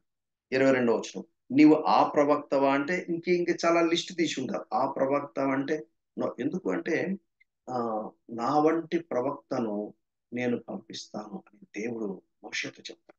నా వంటి ప్రవక్త నేను పంపిస్తాను. ఆయన మాట వినాల్సిందే. ఆయన మాట గనుక వినకుంటే మీకు పేరెంట్‌కి శిక్ష పడుతుందంటే యేసుక్రీస్తుని గురించినటువంటి ఆ ప్రవచనం అక్కడ చెప్పబడింది. ఆయన ప్రవక్తగా ఎంచబడ్డాడు. ఆయన యాజకుడుగా, ప్రధాన యాజకుడుగా ఎంచబడ్డాడు. ఆయన రాజుగా 3 పరిచర్యలు చేశాడు యేసుక్రీస్తు వారు. He is king, he is high priest and he is the prophet. So, ఇక్కడ ఆ ప్రవక్తవా అంటే మళ్ళా బహుశా ఇండైరెక్ట్‌గా మెస్సియా అనకుండా ఆ ప్రవక్తగా అన్నారో ఏమో నాకైతే తెలీదు. అలా అనే అవకాశం ఉందన్నమాట. కాబట్టి వాళ్ళు నీవెవరవు? మమ్మల్ని పంపిన వారికి మేము ఉత్తరం ఇయ్యవలెను. గనుక నిన్ను గూర్చి నువ్వేం చెప్పుకుంటున్నావు? అవును. సపోజ్ సడెన్‌గా ఒక జర్నలిస్ట్ మీ దగ్గరికొచ్చి మైక్ ఇలా పెట్టి, what do you how do you declare your self? How do you confess about your self? How do you introduce about your self అంటే ఏం చెప్తావు? మీరెప్పుడైనా ట్రై చేసారా? బట్ ఐ వాంట్ టు ఆహ్, recommend you rather I suggest you ఏం చెప్తున్నానంటే, ఒక paper, pen తీసుకోండి. మీరెవరైనా సరే, ఈ వాక్యం వినే మీరెవరైనా సరే, ఒక పేపర్, పెన్ తీసుకొని, నేనెవరిని? నేనెందుకు ఈ భూమి మీద ఉన్నాను? నేనేం జేయాలి? అని you try to write your own introduction. మీకేమర్థమైంది? మీరు ఇంతవరకు మీరు క్రైస్తవులు, విశ్వాసులు, బోధకులు ఫలానా, ఫలానా, ఫలానా, ఫలానా ఇంతకాలం బతికేశారు గదా! ఇంతకాలం బతికేశారు. ఓకే. ఓ 10 ఇయర్సో, 15 ఇయర్సో, 20 ఇయర్సో, 30 ఇయర్సో బతికారు. ఇప్పుడు మీరెవరు? మీ గురించి మీరేం జెప్పుకుంటారు అని ఎవరైనా సడెన్‌గా ఓ మైక్రోఫోన్ తీసుకొచ్చి రికార్డ్ జేసి పబ్లిక్ బ్రాడ్‌కాస్ట్ చేస్తారు. మరి మీరేం జెప్పుకుంటారు మీరు? ఈయన John the Baptist he has an answer. He has an answer. ఆయనేమన్నాడో తెలుసా? 22 వచనం. ఆ! నిన్ను గూర్చి నీవేమి చెప్పుకొనుచున్నావని అతనినడిగిరి. 23 వచనం బ్యూటిఫుల్ ఆన్సర్. ఆయనంటాడు, అందుకతడు ప్రవక్త అయిన యెషయా చెప్పినట్లు, నేను ప్రభువు త్రోవ సరళం చేయుడి అని అరణ్యంలో ఎలుగెత్తి చెప్పు ఒక్కని శబ్దము అన్నాడు. ఒక వ్యక్తి అనలేదు. ఒకని శబ్దం అన్నాడు. ఎంత బ్యూటిఫుల్‌గా ఉంచాడండి. మళ్ళా చదవండి. ప్రవక్త అయిన యెషయా చెప్పినట్లు, నేను ప్రభువు త్రోవ సరళము చేయుడి అని అరణ్యములో ఎలుగెత్తి చెప్పు ఒక శబ్దము. ఈయనకి అప్పగించబడిన పరిచర్య క్లియర్‌గా అర్థమైంది. ఏమిటా పరిచర్య? ప్రభువు త్రోవలను సరళము చేయాలి. ప్రభు త్రోవను సరళం చేయాలి. ఈ చెయ్యి ఇక్కడ పెట్టండి. యెషయా గ్రంథము 40 అధ్యాయానికి రండి. Isaiah chapter 40. యెషయా గ్రంథాన్ని 2 భాగాలుగా చేయాలంటే, మొదటి 39 అధ్యాయాలు ఒక భాగం, 40 అధ్యాయం నుండి 66 అధ్యాయం వరకు ఒక భాగం. యాక్చువల్‌గా చెప్పాలంటే బైబిల్ వితిన్ ద బైబిల్ అంటారు. యెషయా గ్రంథాన్ని గురించి. బహుశా మీరు గతంలో చాలా సార్లు వినుంటారు. మరలా మీకు జ్ఞాపకం చేస్తున్నాను. బహుశా కొత్త ఏం కాకపోవచ్చు. బాప్తిస్మిచ్చుడు నీవెవరు అంటే ఆయనెవరో ఆయనకర్థమైంది. అంటే దేవుడు ఆయనకిచ్చినటువంటి ప్రత్యక్షత ఎంత క్లియర్‌గా ఉందో చూడండి. దేవుడు ఆయనకి క్లియర్‌గా చెప్పాడు. నీవెవరవు? నువ్వేం చేయాలి? అనేది క్లియర్‌గా చెప్పి పంపించాడు. ఇప్పుడు చూడండి ఆయన గురించి చెప్పబడుతున్నటువంటి మాట. 40 అధ్యాయము మూడో వచనం నుంచి నేను చదువుతాను చూడండి. ఆలకించుడి, అడవిలో ఒకడు ప్రకటించుచున్నాడు. ఎట్లనగా అరణ్యంలో యెహోవాకు మార్గము సిద్ధపరచుడి. ఎడారిలో మా దేవుని రాజ్యమార్గము సరళము చేయుడి. ప్రతి లోయను ఎత్తు చేయవలెను. ప్రతి పర్వతమును, ప్రతి కొండను అణచవలెను. వంకరవి చక్కగాను, కరుకైనవి సమముగాను ఉండవలెను. యెహోవా మహిమ బయలుపరచబడును. ఆ! ఇంగ తర్వాత మనం ఆహ్, మీరు మీరు తర్వాత చదువుకోండి. ఆ తర్వాత వివరణ అంతా గూడా. ఈ 40th చాప్టర్ మొత్తం చదివితే ఆ వివరణ మీకు బాగా అర్థమవుతుంది. అట్‌లీస్ట్ ఆయన తన గురించి తను మాట్లాడుతూ ఆయన అంటున్నాడు, "అడవిలో యెహోవాకు మార్గము సిద్ధపరచుడి" అని చెప్పే ఒక స్వరం అని ఆడదాకా ఆపేశాడు. ఇంకా పూర్తిగా చెప్పలా. యాక్చువల్‌గా ఇంకా ఏం చెప్పిండాల్సింది? ఈ పాయింట్ కూడా చెప్పిండాల్సింది. ఏమని చెప్పిండాల్సింది? ప్రతి లోయను ఎత్తు చేయాలి. ప్రతి పర్వతము, ప్రతి కొండ అణచబడాలి. వంకరగా ఉన్నవి చక్కగా అవ్వాలి. కరుకైనవి సమముగా ఉండాలి. అప్పుడు గాని యెహోవా మహిమ బయలుపరచబడుతుంది అని చెప్పిండాల్సింది గదా! చెప్పకుండా ఆయన అక్కడికి ఆపేశాడు. అధిక ప్రసంగం చేయలా. నాకు గనక మైకిస్తే వాగి వాగి పెట్టుండేవాడినేమో. నేను జాన్ ది బాప్టిస్ట్‌ని చూసి నా నోటి మీద వేలేసుకుంటున్నాను. ఓహో! ఎంత మాట్లాడాలో అంతే మాట్లాడాలి. ఇంకా ఆచితూచి మాట్లాడాలి. You should be very very careful. ఆయన ఎంతుందో ఆయన గురించి ఆయన ఏం చేయాలో ఆయనకి తెలుసు. బట్ స్టిల్ ఆయన ఏం చేశారంటే జస్ట్ ప్రభు త్రోవను సరళము చేయుడి అనే ఒక శబ్దము, ఒక వ్యక్తిని కూడా చెప్పలా. నేనే గనక జాన్ ద బాప్టిస్ట్ ప్లేస్‌లో గనుక ఉండుంటే ఏమనుకున్నావు? నేను ఏలియా ఆత్మను గలవాడిని. జాగ్రత్త మీరందరూ నాతో మాట్లాడేటప్పుడు కేర్‌ఫుల్‌గా మాట్లాడండి అనుండేవాడినేమో నేను. I have to learn a lesson from John the Baptist. I should not talk more. ఎంత బ్రీఫ్ గా, ఎంత ప్రిసైజ్ గా, ఎంత క్రిస్ప్ గా సాధ్యమైతే అంత ఉప్పు వేసినట్టుగా ఉండాలంట. 4:6 కొలసి పత్రికలో అపొస్తలుడు పౌలు అంటాడు, మీ సంభాషణ ఉప్పు వేసినట్టుగా ఉండాలంట. ఉప్పు వేసినట్టుగా ఉండాలంట. అంటే ఉప్పు ఎక్కువైనా ప్రాబ్లమే, తక్కువైనా ప్రాబ్లం. ప్రభు త్రోవ, ఆయన త్రోవ సరళం చేయటమే మన పని. చూడండి, ఈ తర్వాత కనుక మనం చూస్తే ఎంత బ్యూటిఫుల్ గా ఈ బాప్తిస్మిచ్ యోహాను ఆయన ఆయన పరిచర్య నెరవేర్చుకున్నాడో మీరు గ్రహించి. ఇంకొక థాట్ కూడా నాకు వచ్చింది.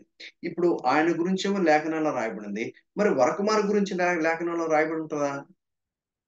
కానీ లేఖనాలు రాయబడినప్పుడు వరకుమార్ లేడు. ఎందుకంటే ఈ లేఖనాలు రాయబడినప్పుడు మనం 14,000 చేంజ్ అన్నాం కదా, దాన్ని అప్రాక్సిమేట్లీ 1400 పెట్టుకోండి. 1410 అన్నా కానీ 1400 పెట్టుకోండి. ఈ ప్రకటన గ్రంథము బహుశా 95, 96 లేకపోతే దాదాపు 100 వేసుకోండి, క్యాలిక్యులేషన్ ఈజీగా ఉంటుంది. అందుకనే లేఖనాలు రాయబడిన స్పాన్ ఆఫ్ టైం వచ్చి 1500 ఇయర్స్. క్రీస్తు పూర్వం 1400, ఈ తర్వాతనేమో ఆ టైంలో వరకుమార్ లేడు. వరకుమార్ ఎప్పుడు పుట్టాడు? 1958లో పుట్టాడు.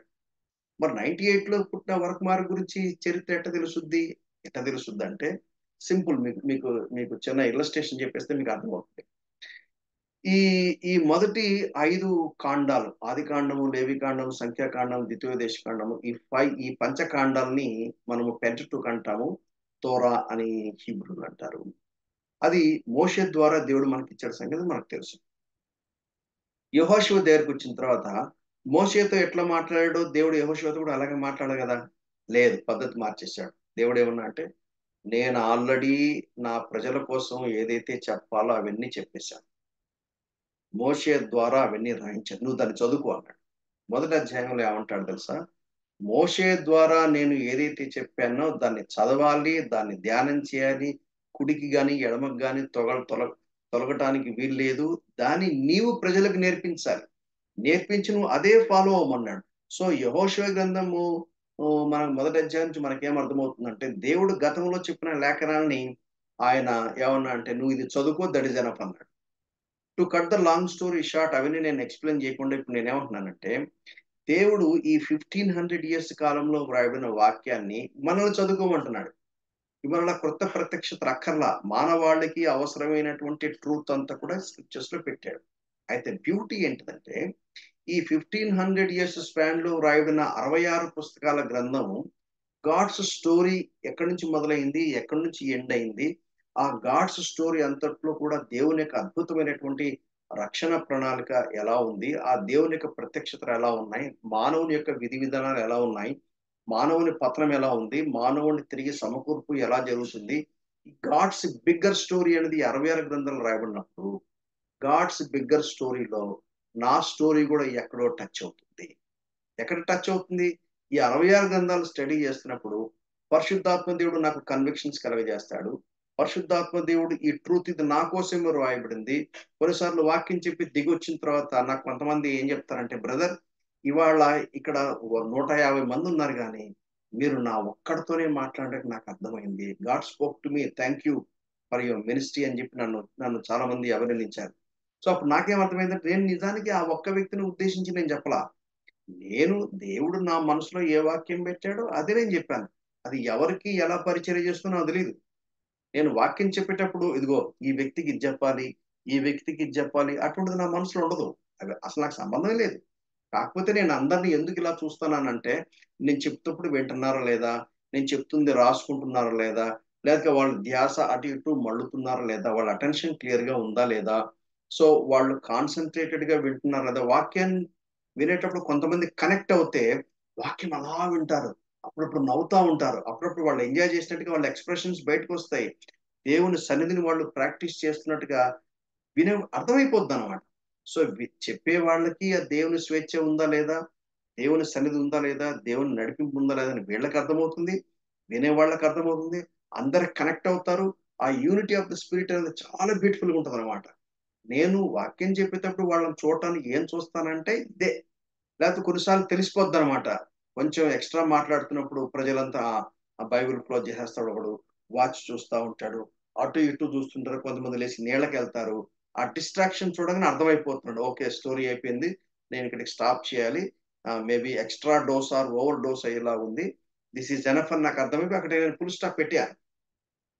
నా వాళ్ళు వింటే నాకేంటి, వినకపోతే నాకేంటి, నా సబ్జెక్ట్ మొత్తం నేను డంప్ చేసి వెళ్ళిపోవాలి, డేటా అంతా డంప్ చేసి వెళ్ళిపోవాలి అనే తాత్పర్యం నాకు ఉండకూడదు, ఉండకూడదు.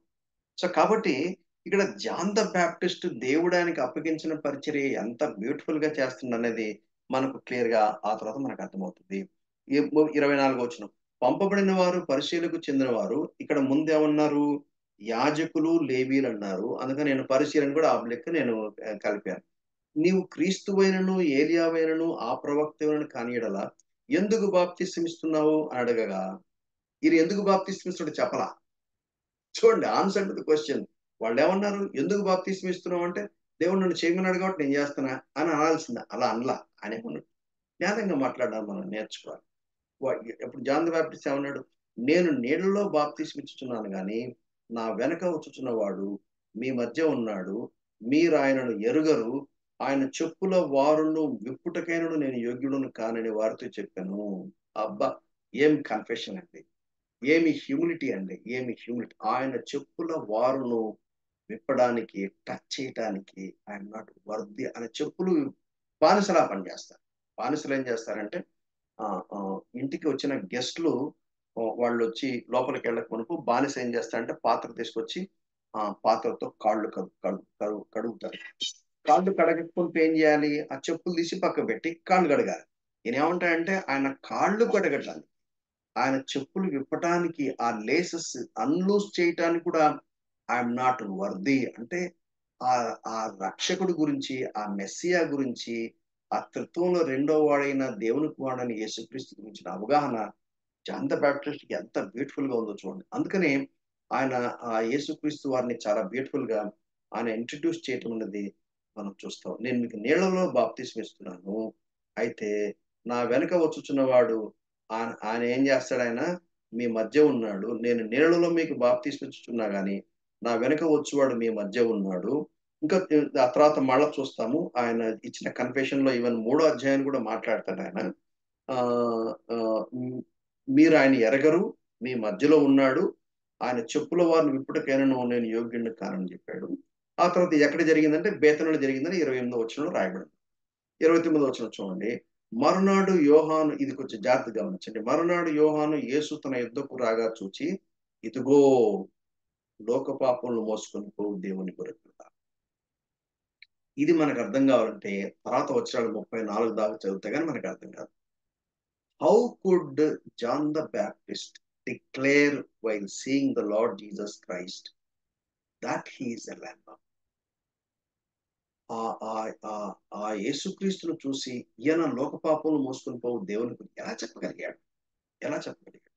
ఆ తర్వాత 30 వచ్చి ఆయన ఎక్స్ప్లెయిన్ చేస్తాడు. నా వెనక ఒక మనుష్యుడు వచ్చుచున్నాడు, ఆయన నాకంటే ప్రముఖుడు గనుక నాకంటే ముందటి వాడు ఆయననే, నేను ఎవని గూర్చి చెప్పుతునో ఆయన ఈయన అంటే అంతకుముందు చెప్పాడు. ఏమని చెప్పాడు, ప్రభు త్రోవ సరళం చేయుడి అని చెప్పాడు.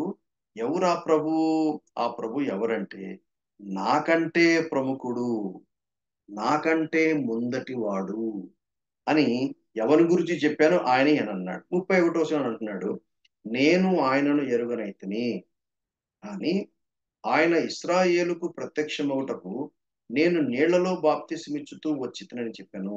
నేను ఆయనను ఎరగనైతిని, ఆయన ఇశ్రాయేలుకు ప్రత్యక్షమగు వరకు నేను నీళ్లలో బాప్తిస్మిచ్చుతూ వచ్చిని, మరియు యోహాను సాక్ష్యమిచ్చుచు ఆత్మ పావురం వలె ఆకాశము నుండి దిగివచ్చుట చూచితిని, ఆ ఆత్మ ఆయన మీద నిలిచెను, నేను ఆయనను ఎరగనైతిని గాని నీళ్లలో బాప్తిస్మిచ్చుటకు నన్ను పంపినవాడు, నీవెవని మీద ఆత్మ దిగి వచ్చి నిలుచుట చూతువో ఆయనే పరిశుద్ధాత్మలో బాప్తిస్మిచ్చువాడని నాతో చెప్పాను.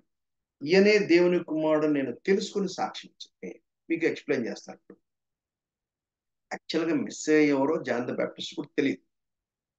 యాక్చువల్గా ఒక ఒక ఒక ఒక ఒక రఫ్ ఐడియా ఉండాలి. ఎందుచేతనంటే ఈ ఎలిజబెత్, మరియా వారిద్దరు కజిన్స్. ఆల్రెడీ మనకు లూకాస్ వార్తలో మనకు ఆ ప్రూఫ్ ఉంది. ఎందుకంటే కరెక్ట్ గా ఆ ఫస్ట్ 3 months ఫస్ట్ 3 months ఎక్కడ ఉండడం జరిగిందంటే జకర్యా ఎలిజబెత్ వాళ్ళ ఇంట్లో ఉంది.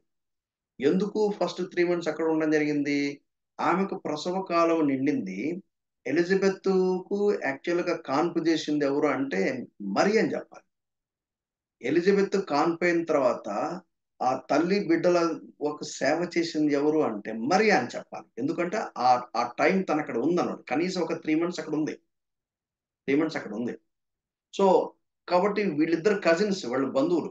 బంధువులు కాబట్టి మరియకు పుట్టినటువంటి కుమారుడు కూడా మిరకిల్ చైల్డ్. ఈ విషయం గ్యారంటీ తెలిసి ఉంటది జాన్ ద బాప్టిస్ట్‌కి. ఎందుకంటే ప్రజలు వాచ్ చేస్తా ఉన్నారు. What is happening? What is happening? అయితే ఈ దేవుని కుమారుడు మానవుడిగా జన్మించి, మానవుడిగా జీవించగల విచిత్రమైన పనులేం చేయలా. అపోకలిప్టిక్ లిటరేచర్ అపోకలిప్టిక్ కాదు. ఈ దీంట్లో మన ఈ ఈ 400 ఇయర్స్ గ్యాప్ టైమ్‌లో ఒక లిటరేచర్ చాలా మంది యూదులు రాశారు. అది యాక్చువల్‌గా మనం ఈ ఈ ప్రొటెస్టెంట్ బైబిల్స్‌లో 66 బుక్సే ఉన్నాయి కానీ, అపోక్రిఫా అనేది ఇవి it's not accepted to be added in the scriptures by Protestants. అయితే కాథలిక్స్ వాళ్ళు యాడ్ చేసుకున్నారు. జూయిష్ బైబిల్‌లో గూడా వాళ్ళు కొంతమంది యాడ్ చేసుకున్నారు. దాంట్లో యేసుక్రీస్తు బాలుగా ఉన్నప్పుడు పిట్టలను తయారు చేశాడు, పావురాలు తయారు చేశాడు, మెరకలు తయారు చేసాడని చెప్పుకుంటారు గానీ, దే ఆర్ నాట్ అథారిటేటివ్ అన్నమాట. ఒక ఆర్డినరీ హ్యూమన్ బీయింగ్‌గా ఉన్నాడు కాబట్టి మళ్ళా వాళ్ళకి కన్‌ఫ్యూజన్ వచ్చేసింది. మెస్సయా అయితే ఆయన పాంప్ అండ్ గ్లోరీతో ఉండాలి. ఆయన సూచక్రియలు, అద్భుత కార్యాలు, ఆశ్చర్యకార్యాలు చేయాలి. How can he be an ordinary carpenter? Carpenter son లాగా వాళ్ళ అక్క చెల్లెళ్ళు, అన్నదమ్ములు మనకు తెలుసు కదా! అందుకని యేసుక్రీస్తును దేవుని కుమారుడిగా యాక్సెప్ట్ చేయలేదు. రిజెక్ట్ చేశారు. నువ్వు దేవుని కుమారుడన్నందుకు ఆయన్ని ఎందుకు సిలువేశారంటే అది బ్లాస్ఫెమీ కింద ధర్మశాస్త్రము చొప్పుననే వాళ్ళు చేశారు యాక్చువల్‌గా. వాళ్ళకి తెలిసిన ధర్మశాస్త్రం చొప్పున చేశారు గానీ, ఆయన నిజంగా దేవుని కుమారుడు, ఆయనే మెస్సయ్య, ఆయనే క్రీస్తు అనే విషయం వాళ్ళు గ్రహించలేకపోయారు. వాళ్ళు గ్రహించలేకపోయారు. అయితే ఇప్పుడు జాన్ ద బాప్టిస్ట్‌కి ఎట్లా అర్థమైంది? ఆయన ఆర్డినరీ హ్యూమన్ బీయింగ్‌గా ఉన్నాడు గదా! ఎట్లా అర్థమైంది అంటే, ఇది ఇప్పుడు చెప్తున్నాడు. ఏమైంది? ఆయన బాప్తిస్మం ఇమ్మన్నాడు. ఈ విషయం ఇక్కడ ఎక్కువ ఎక్స్‌ప్లనేషన్ ఇవ్వలేదు గానీ, మత్తయి సువార్త 3వ అధ్యాయంలో దాని గురించిన వివరణ ఇంకా కొంత మనకు తెలుస్తుంది. మత్తయి సువార్త 3వ అధ్యాయంలో ఏం జరిగింది? ఒకసారి నేను చదువుతాను చూడండి. 3 13 నుంచి నేను చదువుతాను. ఆ సమయమున యోహాను చేత బాప్తిసం పొందుటకు యేసు గలిలయ నుండి యొర్దాను దగ్గరున్న అతని యొద్దకొచ్చాను. అందుకు యోహాను, నేను నీ చేత బాప్తిసం పొందవలసిన వాడనై ఉండగా, ఎందుకంటే ఆల్రెడీ వీరి కజిన్స్ కాబట్టి జాన్ ద బాప్టిస్ట్‌కి ఆల్రెడీ కొంత తెలుస్తారు. వాక్య జ్ఞానం తనకుంది. Already he has some a definite understanding. అయితే దేవుడేం జెప్పాడు? ఆత్మ పావురం వలె ఎవరి మీద వచ్చి నిలుచుట నువ్వు చూస్తావో ఆయనే మెస్సియా అని ఒక క్లియర్ కట్ ఇండికేషన్ ఇచ్చాడు. అదే కదా ఇక్కడ మనం గ్రహించేది. యోహాను సువార్త 1వ అధ్యాయం 32వ వచనం. యోహాను సాక్ష్యమిచ్చుచు ఆత్మ పావురం వలె ఆకాశము నుండి దిగివచ్చుట చూచితిని. ఆ ఆత్మ ఆయన మీద నిలిచెను. 33వ వచనం. నేను ఆయనను ఎరుగనైతిని గాని నేను నీళ్లలో బాప్తిస్మిచ్చుటకు నన్ను పంపినవాడు నీవెవని మీద ఆత్మ దిగి వచ్చి నిలుచుట చూతువో ఆయనే పరిశుద్ధాత్మలో బాప్తిస్మిచ్చువాడని నాతో చెప్పాను. సో ఇప్పుడు అది జరగలేదు కాబట్టి పబ్లిక్‌గా డిక్లేర్ చేయలేదన్నమాట. సో కాబట్టి సమ్ రఫ్ ఐడియా ఉండి ఉండాలి. అందుకని ఏమన్నాడు 14వ వచనం 3వ అధ్యాయం మత్తయి సువార్త. అందుకు యోహాను, నేను నీ చేత బాప్తిసం పొందవలసిన వాడనై ఉండగా నీవు నా యొద్దకొచ్చుచున్నావా అని ఆయనను నివారింపజూచెను గాని 15వ వచనం. యేసు ఇప్పటికి కానిమ్ము, నీతి యావత్తు ఈలాగు నెరవేర్చుట మనకు తగి ఉన్నదని అతనికి ఉత్తరమిచ్చెను గనుక అతడు అలాగు కానిచ్చెను.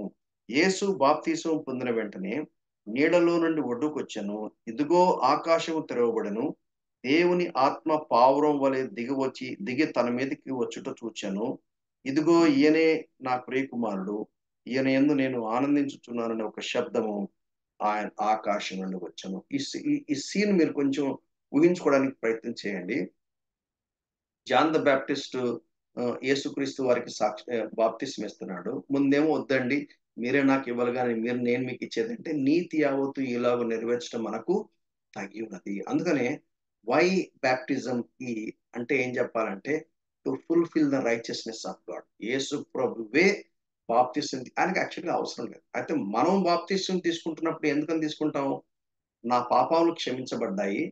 యేసుక్రీస్తు నా రక్షకుడు, నా దేవుడయ్యాడు. ఆయన ఆయన ఆయన నాకు ప్రభువు అయ్యాడు అని బహిరంగంగా పబ్లిక్‌గా ఒప్పుకోవడం అన్నమాట. బహిరంగం అంటే నేను రక్షించబడిన తర్వాత పరిశుద్ధాత్మ దేవుడు నాలోనికొచ్చాడు. ఓకే. అంటే పరిశుద్ధాత్మ నాలోనికొచ్చాడు. రెండో పాయింట్ ఏందంటే, నేను దేవుని సంఘములో ఒక అంగముగా చేయబడ్డాను. ఇవన్నీ ఒకటే క్షణంలో జరిగిపోయింది. దీన్ని ఆత్మ బాప్తిస్మం అంటారు. ఇది 1 కొరింథీ 12:13 నేను చదివి నేను వినిపిస్తాను. సో, నేను రక్షించబడ్డాను ఆత్మ నివాసము. రెండవది నేను ఆత్మ బాప్తిస్మము. అదే ఆయన పరిశుద్ధాత్మలో బాప్తిస్మం ఇచ్చువాడు. పరిశుద్ధాత్మలో బాప్తిస్మం ఇవ్వటం అంటే అర్థం ఏందంటే సంఘంలో ఒక అంగముగా చేయబడ్డామని జరుగుతుందన్నమాట. అందుకనే హస్త నిక్షేపణ చేసినప్పుడు ఆ సంఘ నాయకులు ఏం చేస్తారంటే, సహోదరుడా నువ్వు ఒంటరిగా లేవు. నువ్వు సంఘంలో అంగముగా చేయబడ్డావు. దాన్ని మేము గుర్తిస్తున్నామని సంఘం అందటి పక్షంగా ఆ వ్యక్తిని ఒక సంఘంలోనికి అఫీషియల్‌గా సంఘంలోని ఒక మెంబర్‌గా యాక్సెప్ట్ చేయటం అన్నమాట బాప్టిజం ఇవ్వటం అనేది. సో, ఇక్కడ అది యేసు ప్రభువుకి అవసరం లేదు. ఎందుకంటే ఆయన పాప క్షమాపణ కోసం తీసుకుంది కాదు బాప్తిసం. ఆ పాప క్షమాపణ నిమిత్తం బాప్తిస్మం తీసుకోవడానికి అపోస్తల కార్యం 2వ అధ్యాయంలో కూడా అపోస్తలుడు పేతురు అంటాడు. సో, ఇప్పుడు మనం యేసుక్రీస్తు ఆయన పాపం లేదు, పాపము చెయ్యలేదు. ఆయన ఏ పాపం ఎరగడు. 3 స్టేట్మెంట్లు ఆయన గురించి చెప్తారు. హి న్యూ నో సిన్ ఏ పాపం ఎరగలేదు. In him was no sin ఆయనలో ఏ పాపం లేదు. హి డిడ్ నో సిన్ ఆయన ఏ పాపం చేయలేదు. ఆయనకు బాప్తిస్మం అవసరం లేదు. అయితే ఎందుకు తీసుకున్నాడు? దేవుని నీతి నెరవేర్చబడ్డానికి తీసుకున్నాడు. ఆ టైంలో పరిశుద్ధాత్ముడు ఆయన మీదకి రావటం, వచ్చి నిలవటం అనేది జరిగింది. అందుకనే పరిశుద్ధాత్ముడు ఆత్మ వలె రావటం ఎందుకు జరిగిందంటే, జాన్ ద బాప్టిస్ట్‌కి ఒక ఇండికేషన్ అన్నమాట. లేకపోతే ఆయన మెస్సియా అనేది ఒక క్లారిటీతో, కన్విక్షన్‌తో చెప్పటానికి. అంతేగాని పరిశుద్ధాత్ముడు ఆ పవర్ మనం తీసుకోకూడదు. అది పొరపాటది. పరిశుద్ధాత్ముడు పావురం కాదు. ఎందుకంటే ఎక్కడెక్కడ పరిశుద్ధాత్ముడు వెంటనే పావురం. ఈవెన్ హెబ్రోన్ సంఘాల్లో కూడా ఇప్పుడు 3 వాగ్దానాలు పెట్టినప్పుడు అక్కడ పరిశుద్ధాత్మ పెట్టినప్పుడు పావురం పెట్టారు అక్కడ. I don't think it is necessary. అది ఎందుకంటే ఆకాశములో గాని, భూమిలో మీద గాని, భూమి క్రింద గాని ఏ రూపాన్ని నువ్వు చెయ్యొద్దు అని అన్నాడు. చెయ్యొద్దంటే చెయ్యొద్దంటే ఈవెన్ పావురాన్ని కూడా పెట్టొద్దని దట్స్ మై అండర్‌స్టాండింగ్. నేను గనక వస్తే నేను పెట్టను. ఎందుకంటే ఏ రూపాన్ని దేవునితో పోల్చడానికి వీల్లేదు. అక్కడ ఎందుకు అలా జరిగింది అంటే జాన్ ద బాప్టిస్ట్‌కి అర్థం అవ్వాలి. జాన్ ద బాప్టిస్ట్‌కి అర్థం అవ్వటానికి ఇప్పుడేమైంది యేసుక్రీస్తు భూమి మీద ఉన్నాడు. తండ్రి అయిన దేవుడు పరలోకం నుంచి ఈయన నా ప్రియకుమారుడు ఈయనందు నేను ఆనందిస్తున్నానని ఆయన చెప్తున్నాడు. పరిశుద్ధాత్ముడు వచ్చి ఆయన మీద వాలుతున్నాడు. So, God the father is different. God son of God Jesus Christ is different. Holy spirit is different. అక్కడ ఆ త్రిత్వంలో ముగ్గురు వేరు వ్యక్తులు అనే ఒక క్లియర్ కట్ ఇండికేషన్ కూడా అక్కడ మనకు అర్థమవుతుంది. తండ్రి అయిన దేవుడు ఆకాశం నుంచి మాట్లాడినాడు. దేవుని కుమారుడు ఆయన భూమి మీద మానవుడిగా ఉన్నాడు. పరిశుద్ధాత్మ దేవుడు పావురం వలె వచ్చి ఆయన మీద దిగి రావటం అనేది మనం చూస్తాం. అది జరిగిందనమాట. ఇక్కడ అదే 29 నుండి మనం చూస్తే అది చూసి వెంటనే ఏమన్నాడంటే, ఈయనే నిజమైన దేవుని కుమారుడు అని తెలుసుకొని సాక్ష్యం ఇచ్చాడు. 29 వచనంలో ఇదిగో లోక పాపములు మోసుకొని పోవు దేవుని గొర్రెపిల్ల. Beautiful explanation. ఇవాళ జాన్ ద బాప్టిస్ట్ పరిచర్య గురించి ఎంత క్లియర్‌గా మనం చూస్తున్నాం. ప్రభు త్రోవను సరళం చేయుడి అంటే అర్థం ఏందంటే, lead people to the feet of Jesus Christ. Next క్లాస్‌లో కొంచెం మనం ఎక్కువగా చూస్తాం. నా టైం అయిపోయింది. నేను క్లోజ్ చేయాల్సి ఉంటుంది. ప్రతి సేవకుని యొక్క బాధ్యత ఏందంటే, lead people to the feet of the Lord Jesus Christ. మనం ఆయన త్రోవలు సరళం చేయటమే మన పని. అంతేగాని ఆయన్ని పక్కకు నెట్టి ఆయన స్థానం మనం నిలబడటం కాదు. ఈనాడు సంఘాలు నాశనం అవ్వడానికి కారణం ఏంటంటే ఇదే. సంఘ నాయకులు, సంఘ కాపరులు ఏం చేస్తారంటే, ఆయన త్రోవను సరళం చేయాలి. ఒక శబ్దము అని ఐడెంటిఫై చేసుకోవాలి. మన పాత్ర మనం చేసి మనం పక్కకు జరగాలి.